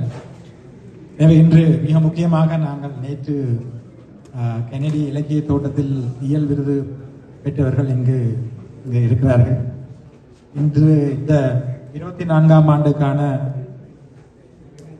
வாழ்நாள் சாதனையாளர் விருது இயல் விருதை பெற்றவர்கள் பேராசிரியர் சுப்ரதராஜா மற்றும் ஜோன் சந்திரசேகர். மற்றது புனைவுக்கான விருதை பெற்ற இரவி அருணாச்சலம், புனைவுக்கான விருதை பெற்ற பிச்சாண்டி அவர்கள் மற்றும் கவிதைக்கான விருதை பெற்ற ரவி சுப்பிரமணியன் ஆகியோர் இங்கு இருக்கிறார்கள். அவர்கள் அனைவரையுமே நான் வரவேற்றுக் கொண்டு, இது ஒரு சிக்கலான விஷயம். என்னன்னு சொன்னால் அவர்களுக்கு எந்த ஒரு தலைப்பையும் என்ன பேச போகிற விஷயங்களையும் நாங்கள் சொல்லவில்லை. ஆனால் அவர்கள் சார்ந்த விஷயமாகவே நான் அவர்களுடைய விட்டுவிட விரும்புகிறேன். அவர்களுடைய எழுத்து பணியும் அவர்களுடைய அனுபவங்களையும் நாங்கள் முதல் கேட்டுக்கொண்டு பிறகு இங்கு இருக்கிறவர்களுடைய கேள்விகளுக்கு கூடாக நாங்கள் உரையாடலாம் என்று நினைக்கிறேன். எனவே நான் முதலில் திரு ரவி அருணாச்சலம் அவருடன் போகிறேன். அவருடைய எழுத்து மற்றும் அவருடைய இதுவரை கால எழுத்து பணியினுடைய தனது அனுபவங்களை எங்களோடு பகிர்ந்து கொள்ள முடியுமா? பாப்பாய் சைக்கிள் என்கின்ற அந்த புதினத்துக்காக இந்த முறையில் இருக்கின்ற சிறந்த பிணைக்கான விருது கிடைத்திருக்கின்றது. என்ன 10 புத்தகங்கள் நான் எழுதியிருக்கிறேன். அதில் ஒரு 6 நாவல்கள்.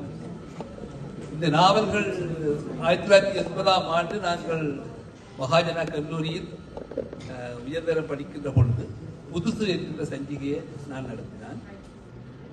நாங்கள் நடத்தினோம். எனக்கு இந்த சந்தோஷம். அப்போ புதுசு சஞ்சிகை நடத்துகின்ற பொழுது நான் ஒருவரிடம் பொருளியல் பாடம் படித்துக் கொண்டிருந்தேன். அந்த பொருளியல் பாடம் படிப்பித்தவர் பேராசிரியர் மாவட்ட சின்னத்தம்பி அவர்கள். அவருடைய மாணவன் சும்மா மாணவன் இல்லை, அன்புக்குரிய மாணவன். மற்றது அடிக்கடி அவற்றை வீட்டையும் நான் போவேன். அது நட்பு ரீதியாக வீடு கொக்குவில் சாம்பியன்லேயில் இருந்தது. அப்போ அங்கேயும் நாங்கள் போவோம். புதுசு சஞ்சிகை வெளிவந்தவுடன் அவருக்கு உடனே ஒரு பிரதியை கொடுப்போம். அது ஒரு பக்கம் இங்கே நான் அவரை சந்திப்பேன் என்று எதிர்பார்க்கவில்லை. சந்திக்கிறது சரியான நல்ல சந்தோஷம். சரி, புதுசு சஞ்சிகை நடத்தின காலத்தில் நாங்கள் சுருக்கமாக சொல்றோம். நான் சிறுகதை தான் எழுதி கொண்டிருந்தேன்.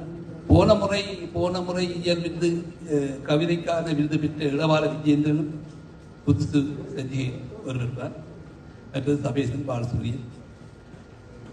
நாங்கள் கொஞ்சம் சின்ன வயசில் 18 வயசில் புதுசு நடத்த தொடங்கினோம். அது கொஞ்சம் ஆச்சரியமான விஷயம் தான். என்னுடைய எழுத்து சிறுகதையாகத்தான் இருக்கிறது. நான் நிறைய வாசிப்பேன். எனக்கு கவிதை சுட்டு போட்டாலும் வராது, சிறுகதை தான். ஆனால் பிறகு நான் எழுத தொடங்கி சுருக்கமாக சொல்லதாக இருந்தால், நான் பிறகு எழுத்து என்பது எனக்கு ஒரு என்னுடைய ஒரு வரலாற்று, எங்களுடைய வரலாற்றை, ஈழத் தமிழ் மக்களுடைய வரலாற்றை ஆவணமாக சொல்ல வேண்டும். ஆனால் அது புனைவி நூலாக சொல்ல வேண்டும் என்பதில் தான் நான் ஆர்வம் கொண்டிருக்கின்றேன். ஏனும் சொன்னால் வரலாற்றில் பட்ட துன்பங்கள். உதாரணமாக 1988 என்ற ஒரு நாவல் எழுதினார். அது 1988 நான் பிறக்கவே இல்லை. ஆனால் 1988 நடந்த இனக்கலவரத்தை அடிப்படையாக கொண்ட நாவல் தான் அது. PKM என்கின்ற புகையிரத நிலையம் என்கின்ற ஒரு நாவல் எழுதினார். அது சிங்கள அரசகர்ம மொழி சட்டத்தால் பாதிக்கப்பட்ட ஒரு தமிழ் ஊழியர், ஒரு புகையிரத நிலையத்தில் வேலை செய்கின்ற ஒரு போர்ட்டர் என்று சொல்கின்ற அவருக்கு அது வேலை இல்லாமல் போவதால் பட்ட பாடுகள் தான் PKM என்கின்ற புகையிரத நிலையம். அவ்வாறு ஒவ்வொன்றையும் பற்றி சொல்லிக்கொண்டு போவதன் பார்க்க பம்பாய் சைக்கிள் என்பது 1987 ஜூலை 27ஆம் தேதி இந்திய அமைதி காக்கும் படை இலங்கைக்குள் வருகின்றது, ஈழத்துக்குள் வருகின்றது. 1990 மார்ச் 25ஆம் நாள் அந்த இந்திய அமைதி காக்கும் படை வெளியேறுகின்றது. அந்த அவ்வளவு காலத்தையும் தான் பம்பாய் சைக்கிள் என்கிற நாவல் சொல்கின்றது. அப்படி என்னென்னு சொன்னால் எங்களுடைய அந்த வரலாற்றில் நாங்கள் பட்ட துன்பங்களை, ஈழத்தமிழர் பட்ட துன்பங்களை ஆவணமாக அதை வெளிப்படுத்தணும். ஆனால் அது புனைவினூடாக வெளிப்படுத்த வேண்டும். என்னென்னு சொன்னால் சங்க இலக்கியங்கள் எல்லாமே பொதுவாக புனைவினூடாக அந்த கால வரலாற்றை தான் சொன்னது. புனைவு தான் அவர்களிடம் இருக்கக்கூடிய ஒரே ஒரு ஆவணமாக எழுதுகின்ற ஒரு போக்கு தமிழ் மக்கள் மத்தியிலே இருக்கிறது, தமிழர்களிடம் இருக்கிறது. புனைவின் ஊடாக அதை அவர்கள் ஆவணப்படுத்தினார்கள். அந்த ஆவணம் தான் எங்களுக்கு சங்க இலக்கியத்திலிருந்து தமிழக வாழ்வு எல்லாத்தையும் பற்றி சொல்கின்றது. தமிழர் சார்பு என்று பேராசிரியர் வித்யானந்தன் எழுதிய அந்த நூல் சங்க இலக்கியங்களை வைத்துக் கொண்டு தமிழக வாழ்வை சொல்கின்ற ஒரு நூலாகத்தான் அமைகின்றது. அதாவது டிராமா அண்ட் ஏன்சென்ட் தமிழ் சொசைட்டி என்று பேராசிரியர் சிவத்தமிழர் எழுதிய ஒரு ஆய்வு அந்த நாடக நூலாக தமிழக வாழ்வை, இந்த இலக்கியங்கள் நூலாக நாடகத்தை சொல்கின்ற ஒரு அம்சமாக இருக்குது. எனவே இந்த புனைவின் ஊடாக எங்களுடைய வாழ்வை படைப்பதுதான் என்னுடைய நோக்கமாக இருக்கிறது. இதுதான் என்னுடைய எழுத்து அனுபவம். நன்றி. நீங்களை கேள்வியை எல்லோருமே உடனடியாக செல்ல வேண்டும் என்று சொல்கிறார்கள். அதற்காகவே நான் அடுத்ததாக ஜுவனை நான் அழைக்கிறேன். ஜுவன் சந்திரசேகரன் அவர்கள். ஆரம்பிக்கும் போது அரங்கம் நிரம்பி இருந்தது. காலி நாற்காலிகளுக்கு சேர்த்து நான் பேசுகிறேன். செல்வம் என்கிட்ட சொன்னார், இந்த இயல் விருதுக்கு மறுநாள் ஒரு கூட்டம் வச்சுருக்கோம், நீங்கள்லாம் வரணும் அப்படின்னு. அப்போ நான் புரிஞ்சுக்கிட்டு எங்களெல்லாம் பேசுறதுக்காக கூப்பிடுறாரு அப்படின்னு நினச்சேன். இங்கே வந்ததுக்கப்புறம் தான் தெரியுது, இங்கே உள்ளூர் நண்பர்கள் பேசுகிறத கேட்கறதுக்காக எங்களை கூப்பிட்டுருக்காங்க. ரொம்ப நிறைவாக கேட்டிருக்கோம். கேட்கறதுக்கு மட்டும்தான் எங்களுக்கு அவகாசம் இருந்தது, பேசுறதுக்கு அவகாசம் இல்லை. நான் மற்றவங்க பேசுறதை கேட்கணும்னு ஆசைப்படுறேன். உங்கள் எல்லாருக்கும் என்னுடைய அன்பும் நன்றியும். வணக்கம். எங்கட மொழியில் சொல்றேன்னா பேசி போட்டு போயிட்டாரு. எங்கள் ஏசி போட்டு போயிடுறேன்னு சொல்லிட்டு நாங்கள் பேசி போட்டு போயிட்டாரு. எனவே இது வளமையாக எங்களுடைய இலக்கிய கூட்டம் இப்படித்தான் இருக்கும். ஆனால் இந்த கதிரைகளை நாங்கள் குறையத்தான் போட்டிருப்போம். எனவே இது நடந்ததாக போதும். இன்று நினைக்கிறேன் ராம் சிவதாசனுடைய ஒரு பிரச்சார பாணியினால் சில பேர் வந்தார்கள். நான் வளமே சொல்வது போல நாங்கள் வாசிப்பவர்களுக்கு இனாமத்தான் புத்தகம் கொடுக்கிறது, வாசிக்காதவர்களுக்கு தான் காசு கொடுக்கிறது. எனவே இன்றைக்கு காசுக்கு வேண்டிட்டு போனவர்கள் வாசிக்க. மற்றது இன்று ஒரு முக்கியமான ஒரு மரண வீட்டுக்காக நிகழ்ச்சி செல்ல வேண்டி இருந்ததாலும் ஒளிகட்டார்கள். அடுத்ததாக நான் பேராசிரியர் சுதராஜா அழைக்கிறேன். இனி அவரும் என்ன சொல்லுகிறார்?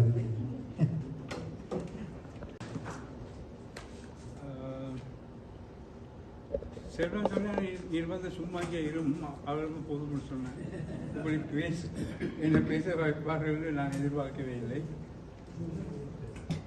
இயேசு யூதாசுக்கு சொன்னதை தான் நான் செய்ய போகிறேன். நீ செய்வதை சீக்கிரமாய் செய்து முடி. நான் ஏன் எழுதுகிறேன் என்றால் ஒரே ஒரு காரியத்துக்காகத்தான். ஏனென்றால் எங்களுடைய வரலாறுகள் அந்த காரியம் என்னவென்றால் ஆங்கிலேயர் எங்களை பற்றி எழுதிய வரலாற்றுகளை குழப்புவார்கள்.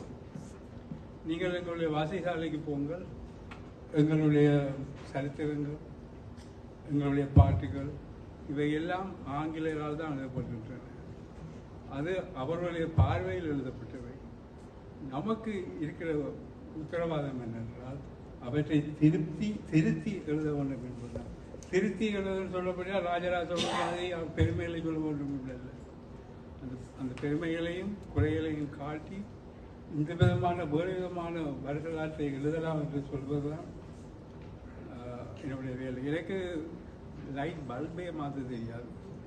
ஒரு காட்டில் தான் என்னால் செய்ய முடியும். கணினிக்கு முன்னால் இருந்து எழுத முடியும். இதையும் சொல்லி முடிக்கிறேன். இந்த எழுத்தாளருக்கு கொடுக்கிற பெரிய கொடுமை என்னென்றால் இந்த விமர்சனங்கள் அல்ல. சரி, இப்ப கேட்குதா? இல்லை, நான் பேசுறது கேட்காமல் இருப்பதுதான் நல்லது.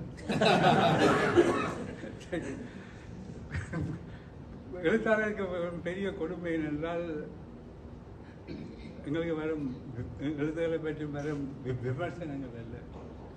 எழுத்தாளரை ஒரு அவை முன்னால் நின்று பேச சொல்வது, எழுதுவதும் பேசுவதும் 2 விதமான சம்பவங்கள்.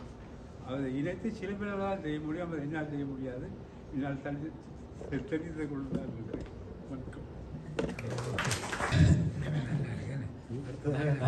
திரு ரவி சுப்பிரமணியம் அவர்களை அழைக்கிறேன். அனைவருக்கும் கனடாவிலேருந்து சென்னையிலேருந்து கனடா வந்து இறங்கினேன். என்னோடய பேக்கை செக்கின்ல விட்டேன். அதுக்கப்புறம் வெங்கட்லமை கூப்பிடுவாங்க.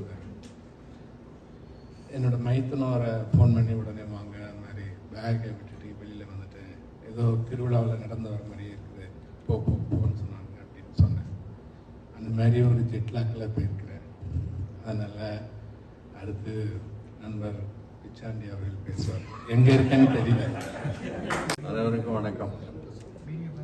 ஆட் மேன் அவுட்ன்றவர் நான் தான். ஏன்னா எல்லாரும் எழுத்தாளர். நான் எழுத்தாளர் அல்ல, நிர்வாகி. நான் தமிழ்நாடு அரசாங்கத்தில் ஒரு IAS அதிகாரியாக இருந்து பல்வேறு துறைகளில் பணியாற்றி இறுதியாக இந்து சமய அறநிலையத்துறை ஆணையாளராக ஒரு 4.5 ஆண்டு காலம் தமிழ்நாடுடைய கோயில்கள்லாம் நிர்வகிக்கக்கூடிய ஒரு வாய்ப்பை இறைவன் அருளால் பெற்று அதை முடித்து ஓய்வு பெற்று 16 வருஷமாச்சு. இந்த நூல் தான் நான் எழுதின முதல் நூல். அது போக சும்மா கவிதைகள் எல்லாம் எழுதி அனுப்புகிறேன். நமக்கு தெரிஞ்ச மரபு கவிதைகளில் பார்த்துன்னா வேர்த்து தூர்த்து இந்த மாதிரி வார்த்தைகளை போட்டு எதையாவது எழுதி கவிதைன்னு போடுறது. கட்டுத்தெரியும் கவிதைகள்லாம் எழுதி வச்சுக்கிறேன். நான் கம்பன் வீட்டு கட்டுத்தறி பாடுறது. ஆனால் நான் அவர் மாதிரி ரவி சுப்பிரமணியம் மாதிரி அது மாதிரி உட்காந்துடக்கூடாது. ஏன்னா எதனால் நான் ஒரு எழுத்தாளர் என்று அங்கீகரிக்கப்பட்டிருக்கிறேன், எழுதியிருக்கிறேன்றதை உங்களுக்கு ஒரு 5 நிமிஷத்தில் சொல்கிறேன். எம்ஜிஆர் உங்களுக்கு எல்லாருக்கும் தெரியும்.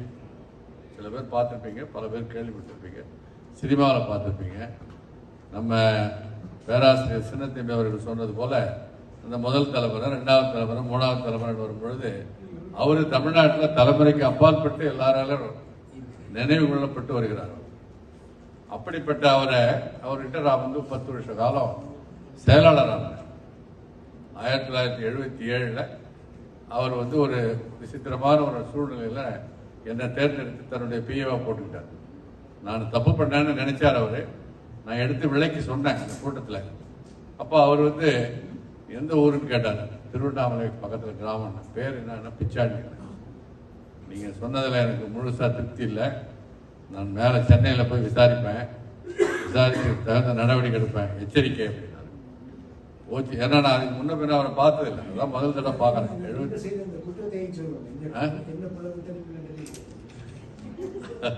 அதாவது வெள்ள நிவாரண பணி நடக்குது வேடசந்தூர் பக்கத்தில். வெள்ள நிவாரண பணி ஒரு பெரிய வெள்ளம் 400-500 பேர் இறந்துட்டாங்க. அந்த மாவட்ட ஆட்சித்தலைவர் 3 பிரிவாக பிரித்து என்ன ஒரு பிரிவுக்கு அதிக பொறுப்பாளராக போட்டிருந்தார். அந்த பொறுப்பாளருடைய வேலை என்னன்னா அரிசி கொடுக்கணும், மண்ணெண்ணெய் கொடுக்கணும், பருப்பு கொடுக்கணும், கொஞ்சம் பணம் தரணும், அது போக வேஷ்டி சேலையெல்லாம் தரணும். இதெல்லாம் வேலை. வெள்ள வழியில் நீந்தி போகிறோம், சைக்கிளில் போகிறோம், எல்லாம் செய்கிறோம். இவர் ஒரு 15-20 நாள் கழிச்சு அந்த பகுதியில் பார்க்கறதுக்காக வரார். எனக்கு ரோடு கரூர் திண்டுக்கல் ரோடில் என்னை டியூட்டி போட்டுருந்தாங்க. ஒரு பிரிவு இடம். அவர் வலது பக்கம் திரும்பி அந்த டேம் உடஞ்ச இடத்துக்கு போய் பார்த்துட்டு வர்றோம். நான் அந்த இடத்துல நிற்கிறேன். அவரை நான் சினிமாவில் பார்த்தோட சரி வேறு நேராக பார்த்ததில்லை. என்கிட்ட கிண்டல் பண்ணுவேன், இதெல்லாம் என்ன சிஎம்மாக பண்ண போகிறாரு அப்படின்லாம் நினைப்பார் நான் மனதுக்குள்ளே. அந்த சூழ்நிலையில் ஒரு பெரிய அந்த பகுதியில் இருக்கிற பெருமுகர் ஒரு 20-30 சேலையை கொண்டு வந்து வச்சு வேஷ்டியெல்லாம் வச்சு அங்கே உட்காந்தார். நான் அவர்கிட்ட போய் சொன்னேன், இந்த இடத்துல அந்த ப்ரோக்ராம் இல்லைங்க, நீங்கள் தரக்கூடாது, எங்கள் கிட்டலாம் இருக்குது, நான் கொடுப்பேன் பின்னால் அப்படின்னா. இல்லை எனக்கு முதலமைச்சர் தெரியும், நான் கொடுப்பேன்னாரு. நான் அப்படின்னா போலீஸ் விட்டு உங்களை எடுத்துருவோம் அப்படின்னோம். உடனே அந்த போலீஸ் டிஎஸ்பி போய் அவர்கிட்ட அறிவுரை கூறி எடுத்துட சொன்னார். எடுத்துட்டாங்க. இதுக்குள்ள ஒரு வராரு, எம்ஜிஆர் வராருன்னு தெரிஞ்ச உடனே ஒரு 1000ன்றது 2000 ஆச்சு, 3000 ஆச்சு, 4000 ஆச்சு. அவ்வளோ பெரிய கூட்டம் கட்டுக்கிடங்குல. நான் காணாமல் போன மாதிரி இருக்கிறேன் அந்த கூட்டத்துக்கு நடுவில். வண்டி வந்தது, வலது பக்கம் திரும்பி நேராக டேமுக்கு போச்சு. ஒரு அரை மணி நேரம் பார்த்தாரு. திரும்பி வரும்பொழுது அங்கே இருந்த தாய்மார்கள்லாம் அந்த புடவையை முந்தானை எடுத்து இப்படி விசிறி காமிச்சாங்க. அப்படின்னா துணி வேணும்னு அர்த்தம் அவங்களுக்கு. ஆனால் அந்த இடத்துல நாங்கள் ஏற்கனவே கொடுத்துட்டோம் அந்த கிராமத்துக்கு. பக்கத்து கிராமத்தில் கொடுக்கல, அதுக்கு அந்தாண்ட கிராமத்துக்கு கொடுக்கல. அவங்களும் இருக்கிறாங்க, இவங்களும் இருக்காங்க. இவர் டக்குன்னு வண்டியை நிறுத்தினார். நிறுத்தி அந்த பெண்கள்கிட்ட போய் கேட்டார், என்ன அவங்களுக்கு போகிறாரு, எங்களுக்கெல்லாம் சேலை கொடுக்கல அப்படின்னா. அவர் கொடுக்கறதா இருந்தார் அந்த பெரியவர். நிறுத்திட்டாங்க நீங்கள் வரீங்கன்ட்டு அப்படின்னு சொன்னாங்க. யார் கொடுக்க சொன்னது, யார் நிறுத்தி சொன்னதுன்னு கேட்டார். அதுக்குள்ள அந்த பெரியவர் இருக்கிறார், அந்த மில் முதலாளி. அவர் நேராக வந்தார். நான் தான் கொடுக்கறதுக்காக வந்தேன், இந்த அதிகாரி நிறுத்திட்டாரு. நான் என்னை பார்த்தார். நீங்கள் நிறுத்தினீங்களா அப்படின்னாரு. வந்து சார் அப்படின்னா. வந்தும் இல்லை போயும் இல்லை, நீங்கள் தான் நிறுத்தினீங்களா அப்படின்னா. ஆமாங்க, நாளைக்கு உங்கள் மேலே விசாரணை இருக்குது மதுரையில், நாளைக்கு காலையில் வந்துருங்கன்னாரு. அவ்வளோதான். வேற ஒரு கலெக்டர் கூட இருந்த சுந்தரம்னு பேர், நல்ல மனுஷன். அவர் என்னை பார்த்து திட்டிட்டு சுச்சுவேஷனை ஹேண்டில் பண்ண தெரியல, என்ன ஐஏஎஸ் நீலாம் அப்படின்ட்டு போயிட்டார். நான் வீட்டுக்கு வந்தேன். என் மனைவி கிட்ட சொன்னேன், இது மாதிரி ஆச்சு. நான் வந்து லயோலாவில் எம்எஸ்சி கோல்டு மெடலிஸ்ட். கணக்கு வாத்தியாராக போனோன்னு தான் நமக்கு ஆசை. இன்னைக்கும் இருக்கு, கணக்கு சொல்லி கொடுக்கணும்னா கொடுக்கலாம். அதனால மனைவி கிட்ட சொன்னேன், எல்லாம் பெட்டி படிக்கலாம் எடுத்து வச்சுக்க, தொப்பிக்கார நம்ம முடிச்சுடுவார் போல இந்த கதையை. அதனால என்ன ஆகுதுன்னு தெரியல பரிவிடா, நீ பார்த்து கேட்டேன். உடனே அவர் வந்து அவங்க என்ன பண்ணாங்க, அதெல்லாம் ஒன்றும் ஆகாதுங்க, எனக்கு என்ன நியாயமாக சொல்லுங்களேன் அப்படின்னாங்க. மறுநாள் காலையில் அங்கே போனோடனே தயவுசெய்து ஒரு 5 நிமிஷம் தான். அப்போ மீட்டிங் ஆரம்பிக்குது. கலெக்டர் டிஆர்ஓலாம் அந்த சைடில் உட்காந்துக்கிறாங்க. ஒரு 4 நிற்கிற மாதிரி பார்க்குறாங்க. வரிசையாக நாங்கள்லாம் உட்காந்துக்கிறோம். நான் ஆர்டிஓக்கு அடுத்த பொறுப்பு, அதனால் நான் 2வது வரிசையில் உட்காந்துக்கிறேன். இவர் முதல்ல கலெக்டரை கேட்டார், என்ன விளம்பரமே கொடுக்கல, நான் 30-40 திட்டங்களை அறிவிச்சுக்கிறேன், ஜனங்களுக்கு தெரியல, ஏழை ஜனங்களுக்கு என்ன விளம்பரம் கொடுத்தீங்க அப்படின்னு கேட்டார். கலெக்டர் சொன்னார், ரேடியோவில் சொன்னேன் சார், பத்திரிகையில் கொடுத்தேன் சார் அப்படின்னா. இவர் ஒரு மேனரிசம் உண்டு அவர்கிட்ட. அப்படி இப்படி பண்ணுவார். அப்படி தடவிட்டு, ஆமாம் வெள்ளத்தில் 500-600 பேர் இறந்துக்கிறாங்க, யார் ரேடியோ வச்சுக்கிறாங்க, யார் பேப்பர் படிக்கிறாங்க, என்ன அது மாதிரி பண்ணுறீங்கன்னு சொன்ன ஒரு பாடு அவர் பேசாத விட்டார். நீங்கள் தண்டோரா எல்லாம் போடணும்னு. அவர் சுமார் இருக்கலாம், தண்டோரா போடுறதுக்கு படிக்கிறவனுக்கு தெரியாது சார் அப்படின்னு. அடிக்கிறவனுக்கு தெரியாது சார். அடிக்கிறவன் ஒருத்தன், படிக்கிறவன் ஒருத்தங்க. என்ன பெரிய இது, ஒருத்தர் படிப்பார், ஒருத்தர் அடிப்பார். தெரியாத சினிமாவில் பார்க்குறீங்களா அப்படின்னா. அவர் அடங்கிட்டார். அடுத்தது டிஆர்ஓ, அவர்கிட்ட எவ்வளோ அரிசி இருக்குன்னு கேட்டார். 4000-5000 டன் இருக்குது சார், சஃபிஷியண்ட்டாக இருக்குனாரு. நான் கேட்குறது உங்களுக்கு துல்லியமாக தெரியுமா தெரியாது. 4000ன்றது ஒரு டன்னுக்கு எத்தனை கிலோன்னாரு. 1000 கிலோன்னு. 1000 டன்னுக்கு 10 லட்சம் கிலோ. நான் கேட்குறது ஜனங்களுக்கு இன்னும் 2 கிலோ சேர்த்து கொடுக்கலாமான்றது தான் நான் இருப்பு கேட்குறேன். நீங்கள் இன்னும் 4000 5000 டன்னுன்னா அது என்ன புள்ளி வரும் உங்களுக்கு தெரிஞ்சா பாருங்க, இல்லைன்னா வேற யாராவது வர சொல்லுங்க. இதை நான் கேட்டுட்டு இருக்கிறேன் 2வது வரிசையிலேருந்து. நம்மளை ஒழிச்சிருவாரு இவரு அப்படின்னு நான் முடிவு பண்ணிட்டு பேசாத உட்காந்து. நேற்று ஒரு பிரகஸ்பதி வேஷ்டி சேலை கொடுக்கறத நிறுத்துறாரு, வந்திருக்காரா அப்படின்னா. எழுந்து வணக்கம், தப்புங்க நீங்கள் பண்ணாது அப்படின்னா. இல்லை எனக்கு ஒரு 2 நிமிஷம் அவகாசம் கொடுத்தீங்கன்னா நான் சொல்கிறேன், என்ன சொல்லுங்க அப்படின்னா. அப்புறம் நான் எல்லாம் சொன்னேன், நீங்கள் எங்கள் வேஷ்டி சேலையெல்லாம் கவர்மெண்ட்டில் கொடுத்துருக்குறீங்க, ஒரு ஆளுக்கு 2 தடவை கொடுக்கலாம், அந்த அளவுக்கு ஸ்டாக் இருக்குது. பிரச்சனை வெள்ள வழியில் எங்களால் கிராமங்களுக்கு போக முடியல. நீங்கள் வந்த ஊருக்கு கொடுத்துட்டோம், பக்கத்து ஊருக்குலாம் கொடுக்கல. ப்ரோக்ராம் கிடையாது, புரோட்டோகால் படி ப்ரோக்ராம் இல்லாத இடத்துல பண்ணோம்னா நெரிசல் எது வேணாலும் ஆகலாம். அதனால் நாங்கள் கொடுக்கலைங்க. மற்றபடி அவர் உங்களை தெரியுன்ற மாதிரி சொன்னார், அதனால் நான் வேணான்னு சொல்லி நிறுத்திட்டேங்க. நான் எனக்கு 3 வருஷம் தான் ஆச்சு சர்வீஸு, ஏதாவது தப்பு பண்ணி தான் மன்னிச்சிருக்கேன். உங்கள் பேர் என்ன? பிச்சாண்டி. எந்த ஊர்? நான் திருவண்ணாமலை பக்கத்தில் கிராமங்க. உங்கள் பதில் திருப்தியாக இல்லை, விசாரிச்சுட்டு நடவடிக்கை எடுப்பேன், நான் ஜாக்கிரதையாக இருக்குன்ட்டு போயிட்டேன். திரும்ப நான் வீட்டுக்கு வந்தேன். முடிஞ்சது கதை, முருகனை தான் நம்பணும் அப்படின்னு சொல்லிட்டு இருந்தோம். பார்த்தா ஒன்றும் வரல. 15 நாள் ஆச்சு, 1 மாதம் ஆச்சு, எதுவும் இல்லை. பழனிக்கு போனேன். மேலே மலையில் ஏறி போய் சாமி கும்பிட்டுட்டு அவமானம் இல்லாத இருந்தால் சரி. மாறுதல் அரசாங்க அதிகாரிகளுக்கு சகஜம், அவமானப்படக்கூடாது. அது மாதிரி பார்த்துக்கு முருகான்னு சொல்லிட்டு வந்துட்டோம். கீழே இறங்கினோடனே அங்கே ஆர்டிஓ எனக்கு ஜூனியர் அவர் பத்திரிக்கை இந்து பத்திரிக்கை படிக்கிறார். என்னை பார்த்தாரு, என்ன பாஸ் சைலண்டாக முடிச்சிட்டிங்க போகிறது கதையா அப்படின்னாரு. என்னங்கன்னு கேட்டேன். பத்திரிக்கை பார்க்கலையா நீங்கள்? போஸ்டிங்ஸில் பாருங்கன்னாரு. பார்த்தீங்கன்னா Pichandi authorised officer land was transferred and posted as PA to Chief Minister with immediate effect அப்படின்னு போட்டு. இவர் என்ன பண்ணியிருக்காரு, போய் சிஐடி விட்டு வெரிஃபை பண்ணி யார் எந்த ஊர் என்ன கிராமம் எல்லாத்தையும் தெரிஞ்சுக்கிட்டு அதுக்கப்புறம் என்ன பிஏவை போட்டிருக்காரு. அப்படி 10 வருஷ காலம் அவருக்கு அதுக்கப்புறம் கூட இருந்து அமெரிக்காவுக்கு வந்து இந்த பக்கம் கனடா ஃபால்ஸ்லாம் பார்க்கறதுக்குலாம் வந்திருக்காரு. அந்த ட்ரிப்பில் நான் வரல, அதுக்காக வந்திருக்காரு. அதனால் ஒரு புக் ஃபேருக்கு போனேன் நான், ரிட்டையர் ஆன பிற்பாடு. அங்கே 100கணக்கான புக்கு அவரை பற்றி இருக்குது. அந்த எல்லா புத்தகங்களும் சினிமா துறையை பற்றி, அவருடைய பர்சனல் லைஃப்பை பற்றி தான் பெரும்பாலும் இருக்க ஒழிய அவர் முதலமைச்சராக இருந்த காலத்தில் செய்த சாதனைகள், அவருடைய பண்பாடு, அவருடைய மனிதநேயத்தை பற்றி எதுவும் இல்லை. ஆனால் நாம் இவ்வளோ நாள் இருந்தோம், யாருமே எழுதாது விட்டா. எனக்கு பாஸ் ஒருத்தர் இருந்தார், செக்ரட்டரி, நான் ஜாயின்ட் செக்ரட்டரி. அவர் இறந்துட்டார், அகால மரணம். யாருமே எழுதாது போனால் என்ன பண்ணுறது, நம்ம தான் எதாவது எழுது பண்ணிட்டு எனக்கு தமிழில் டைப் அடிக்க அழகியனுடைய பார்வை, கிடைக்கன் பார்வை எனக்கு ஜாஸ்தி. அழகின்ற ஃபாண்ட்டு இங்கிலீஷில் அடித்தா தமிழில் விழாது. அதனால் அதிலேயே நான் அடித்து 550 பக்கம் உள்ள எனக்குள் மணக்கும் எம்ஜிஆர் நினைவுகள் அப்படின்ற புத்தகத்தை நான் எழுதி 2024 வெளியிட்டோம். அது அங்கே 2000 காப்பி வித்துடுச்சு. ஏன்னா அதை நம்ம பாவம் இவங்கெல்லாம் நல்ல எழுத்தாளர்களாக இருக்கிறாங்க. அவங்களெல்லாம் ஒப்பிடும்போது நான் எந்த விதத்துலையும் பொறுத்துபாரம் இல்லை. நான் எடுத்த சப்ஜெக்ட் அது மாதிரி ரொம்ப பாப்புலர் சப்ஜெக்ட்ன்றதால எல்லாரும் படிக்கணும்னு வாங்கியிருக்கிறாங்க.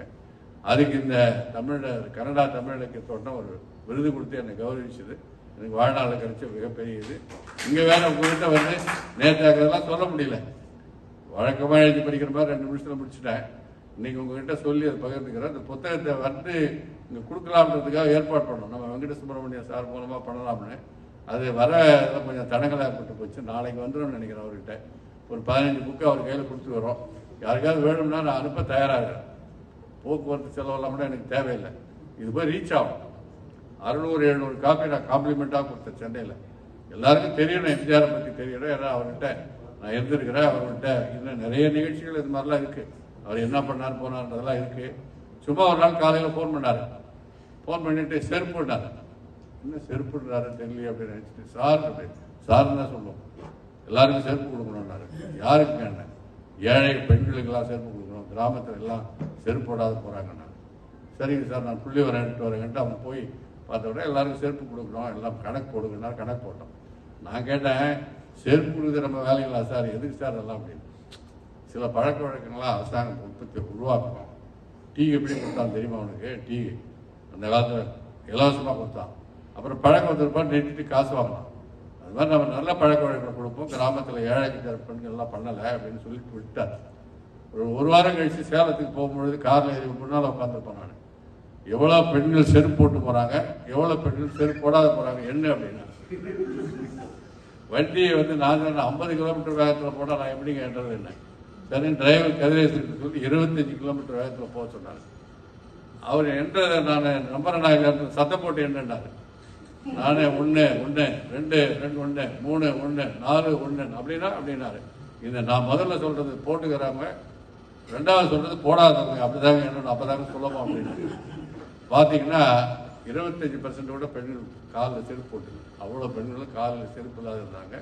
அதுக்காக ஸ்கீம் கொண்டு வந்தாரு, செயல்படுத்துறாரு. இப்படிப்பட்ட அவருடைய பாசிட்டிவ் ட்ரெய்ட்ஸ் அதெல்லாம் அந்த புத்தகத்தில் சொல்லியிருக்கிறோம். ஏன்னா ஒரு எம்ஜிஆர் என்ற ஒரு மாமனிதர், அவர் அரசியல் ரீதியாக எப்படி இருந்தார்ன்றதெல்லாம் நான் உள்ள போகல. மனிதநேயம் என்பது ஒரு அரசனுக்கும் ஒரு முதலமைச்சருக்கும் ஒரு பிரதம அமைச்சருக்கும் கட்டாயம் இருக்கணும். அப்படி இருக்கும் பொழுது மக்கள் தானாக அவரை ஆராதிப்பார்கள். அப்படி ஆராதிக்கப்படுகிற ஆளுமை பற்றி அந்த புத்தகம் இருக்கு. உங்களுக்கு யாருக்காவது வேணும்னா வெங்கட்ரமணி சாரை கேளுங்க. திருமூர்த்தி என்னுடைய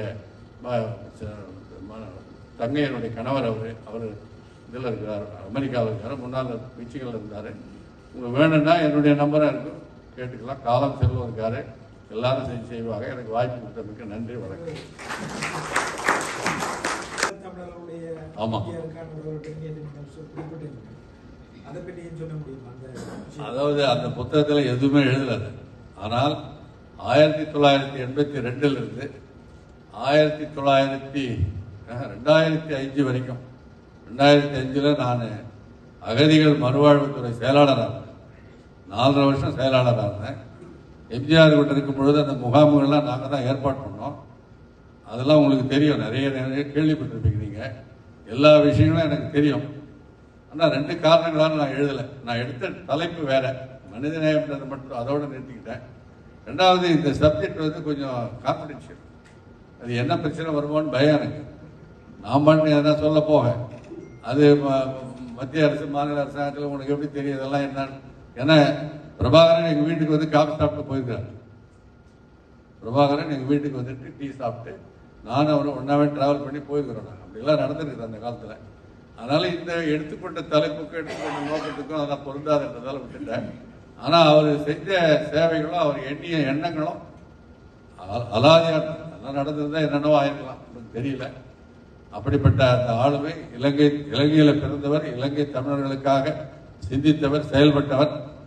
அவருடைய அதனால எனக்கு இங்கே உங்களெல்லாம் பார்க்கும்போது ஏதோ தூரத்து சொந்தக்காரங்களை பார்க்குற மாதிரி தான் இருக்கும், பேச்சு கீச்சு எல்லாமே. அதனால அதை நான் சொல்லலை, புத்தகத்தில் விரிவாக நான் சொல்லலை. அலெக்சாண்டர் டிஜிபி, ஃபார்மர் டிஜிபி, அவர் இன்டெலிஜென்ஸ் ஐஜியாக இருந்தவர். அவர் அந்த புக் ரிலீஸ் ஃபங்க்ஷன்லேயே சொன்னார், பிச்சாண்டி இந்த இலங்கை தமிழர்கள், ஈழத் தமிழர்கள் சம்பந்தமாக இன்னொரு புத்தகம் எழுதணும்னார். அது எப்படி சந்தர்ப்பம் இறையறல் எப்படி இருக்கணும்னு தெரியல, பார்ப்போம். வணக்கம். நான் அண்மையில் ஜுவன் சந்திரசேகரனுடைய ஒரு மொழிபெயர்ப்பு சிறுகதை வாசித்தேன், அம்ருதால விளையாட்டு என்ற சிறுகதை. அந்த சிறுகதையினுடைய அந்த அப்படியான சிறுகதைகளை நீங்கள் எப்படி தெரிவு செய்கிறீங்க? அந்த அதனுடைய இதுகளை நீங்கள் கொஞ்சம் பொதுவாக படிக்கிற விஷயங்கள்ல என்னை ரொம்ப கவர்ந்த விஷயங்களை நண்பர்கள் எல்லாருக்கும் பகிர்ந்துக்கலாமே, எல்லாருக்கும் கொடுக்கலாமே அப்படிங்கிறது தான் மொழிபெயர்க்கிறது. இந்த குறிப்பிட்ட கதையை பொறுத்தப்பட்டு இது ஏன் என்னை கவர்ந்ததுன்னு சொன்னாக்க, நான் தமிழில் எழுதிட்டு இருக்கிற கதைகள் இருக்கு இல்லையா, அந்த பாணியில் எழுதப்பட்ட ஒரு ஆங்கில கதையாக இருக்குது.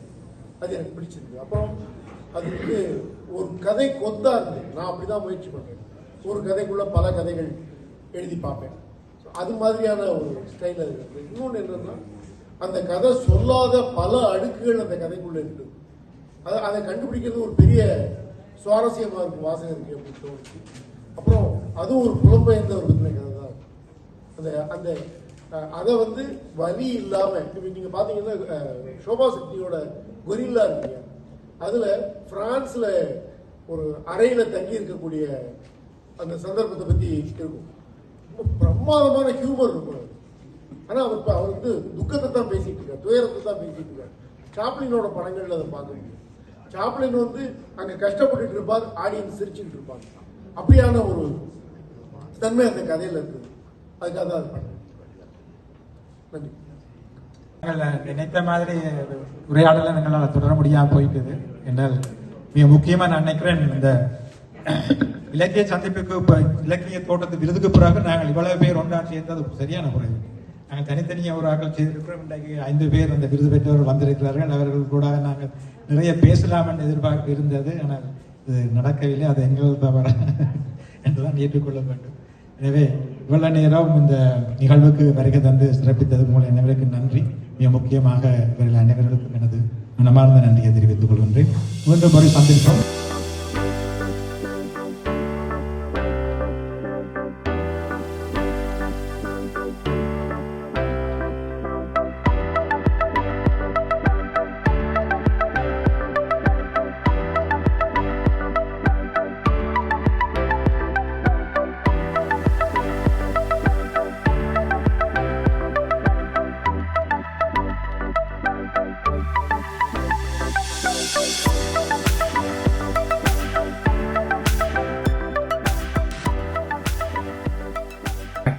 இவ்வளவு நேரமும் காலம் சஞ்சிகை ஒரு புலமைத்துவ ஆய்வு என்ற நூல் வெளியீட்டு நிகழ்வை பார்த்திருப்பீர்கள் என்று நம்புகின்றோம். இந்த நிகழ்வை நீங்கள் மட்டும் பார்வையிடாமல் மற்றவர்களுக்கும் பகிர்ந்து கொள்ளுமாறு உங்களை அன்போடு கேட்டுக்கொள்கிறோம். இந்த நிகழ்வை தடயத்தார் முகநூல் வழியாகவும் தடயத்தார் யூடியூப் வழியாகவும் பார்க்க முடியும் என்பதையும் இந்த நேரத்திலே கூறிக்கொண்டு, நீங்களும் தடயத்தாரோடு இணைந்திருங்கள். நாங்கள் போடுகின்ற ஒவ்வொரு வீடியோவையும் உடனுக்குடன் பார்க்க முடியும் என்பதையும் கூறிக்கொண்டு, மீண்டும் ஒருமுறை காலம் சஞ்சிகையின் ஆசிரியர் செல்வம் அருளானந்தம் அவர்களுக்கும், இந்த நூலினை எழுதிய கலாநிதி சண்முகம் வெற்றிவேல் அவர்களுக்கும், இந்த நிகழ்வை தலைமை தாங்கி நடத்திய வைக்கியநாதன், ஏகரன், இங்கே உரையாற்றிய அனைத்து பேச்சாளர்களுக்கும், இங்கே கலந்து கொண்டவர்களுக்கும் தடயத்தார் குழு சார்பாக எங்களுடைய நன்றிகளையும் பாராட்டுக்களையும் தெரிவித்துக் கொண்டு, மீண்டும் ஒருமுறை தடயத்தாரின் நம்மவர் நிகழ்வோடு உங்களை சந்திக்கும் வரை உங்களிடமிருந்து விடை பெறுபவர் கிருபா கந்தையா. நன்றி, வணக்கம்.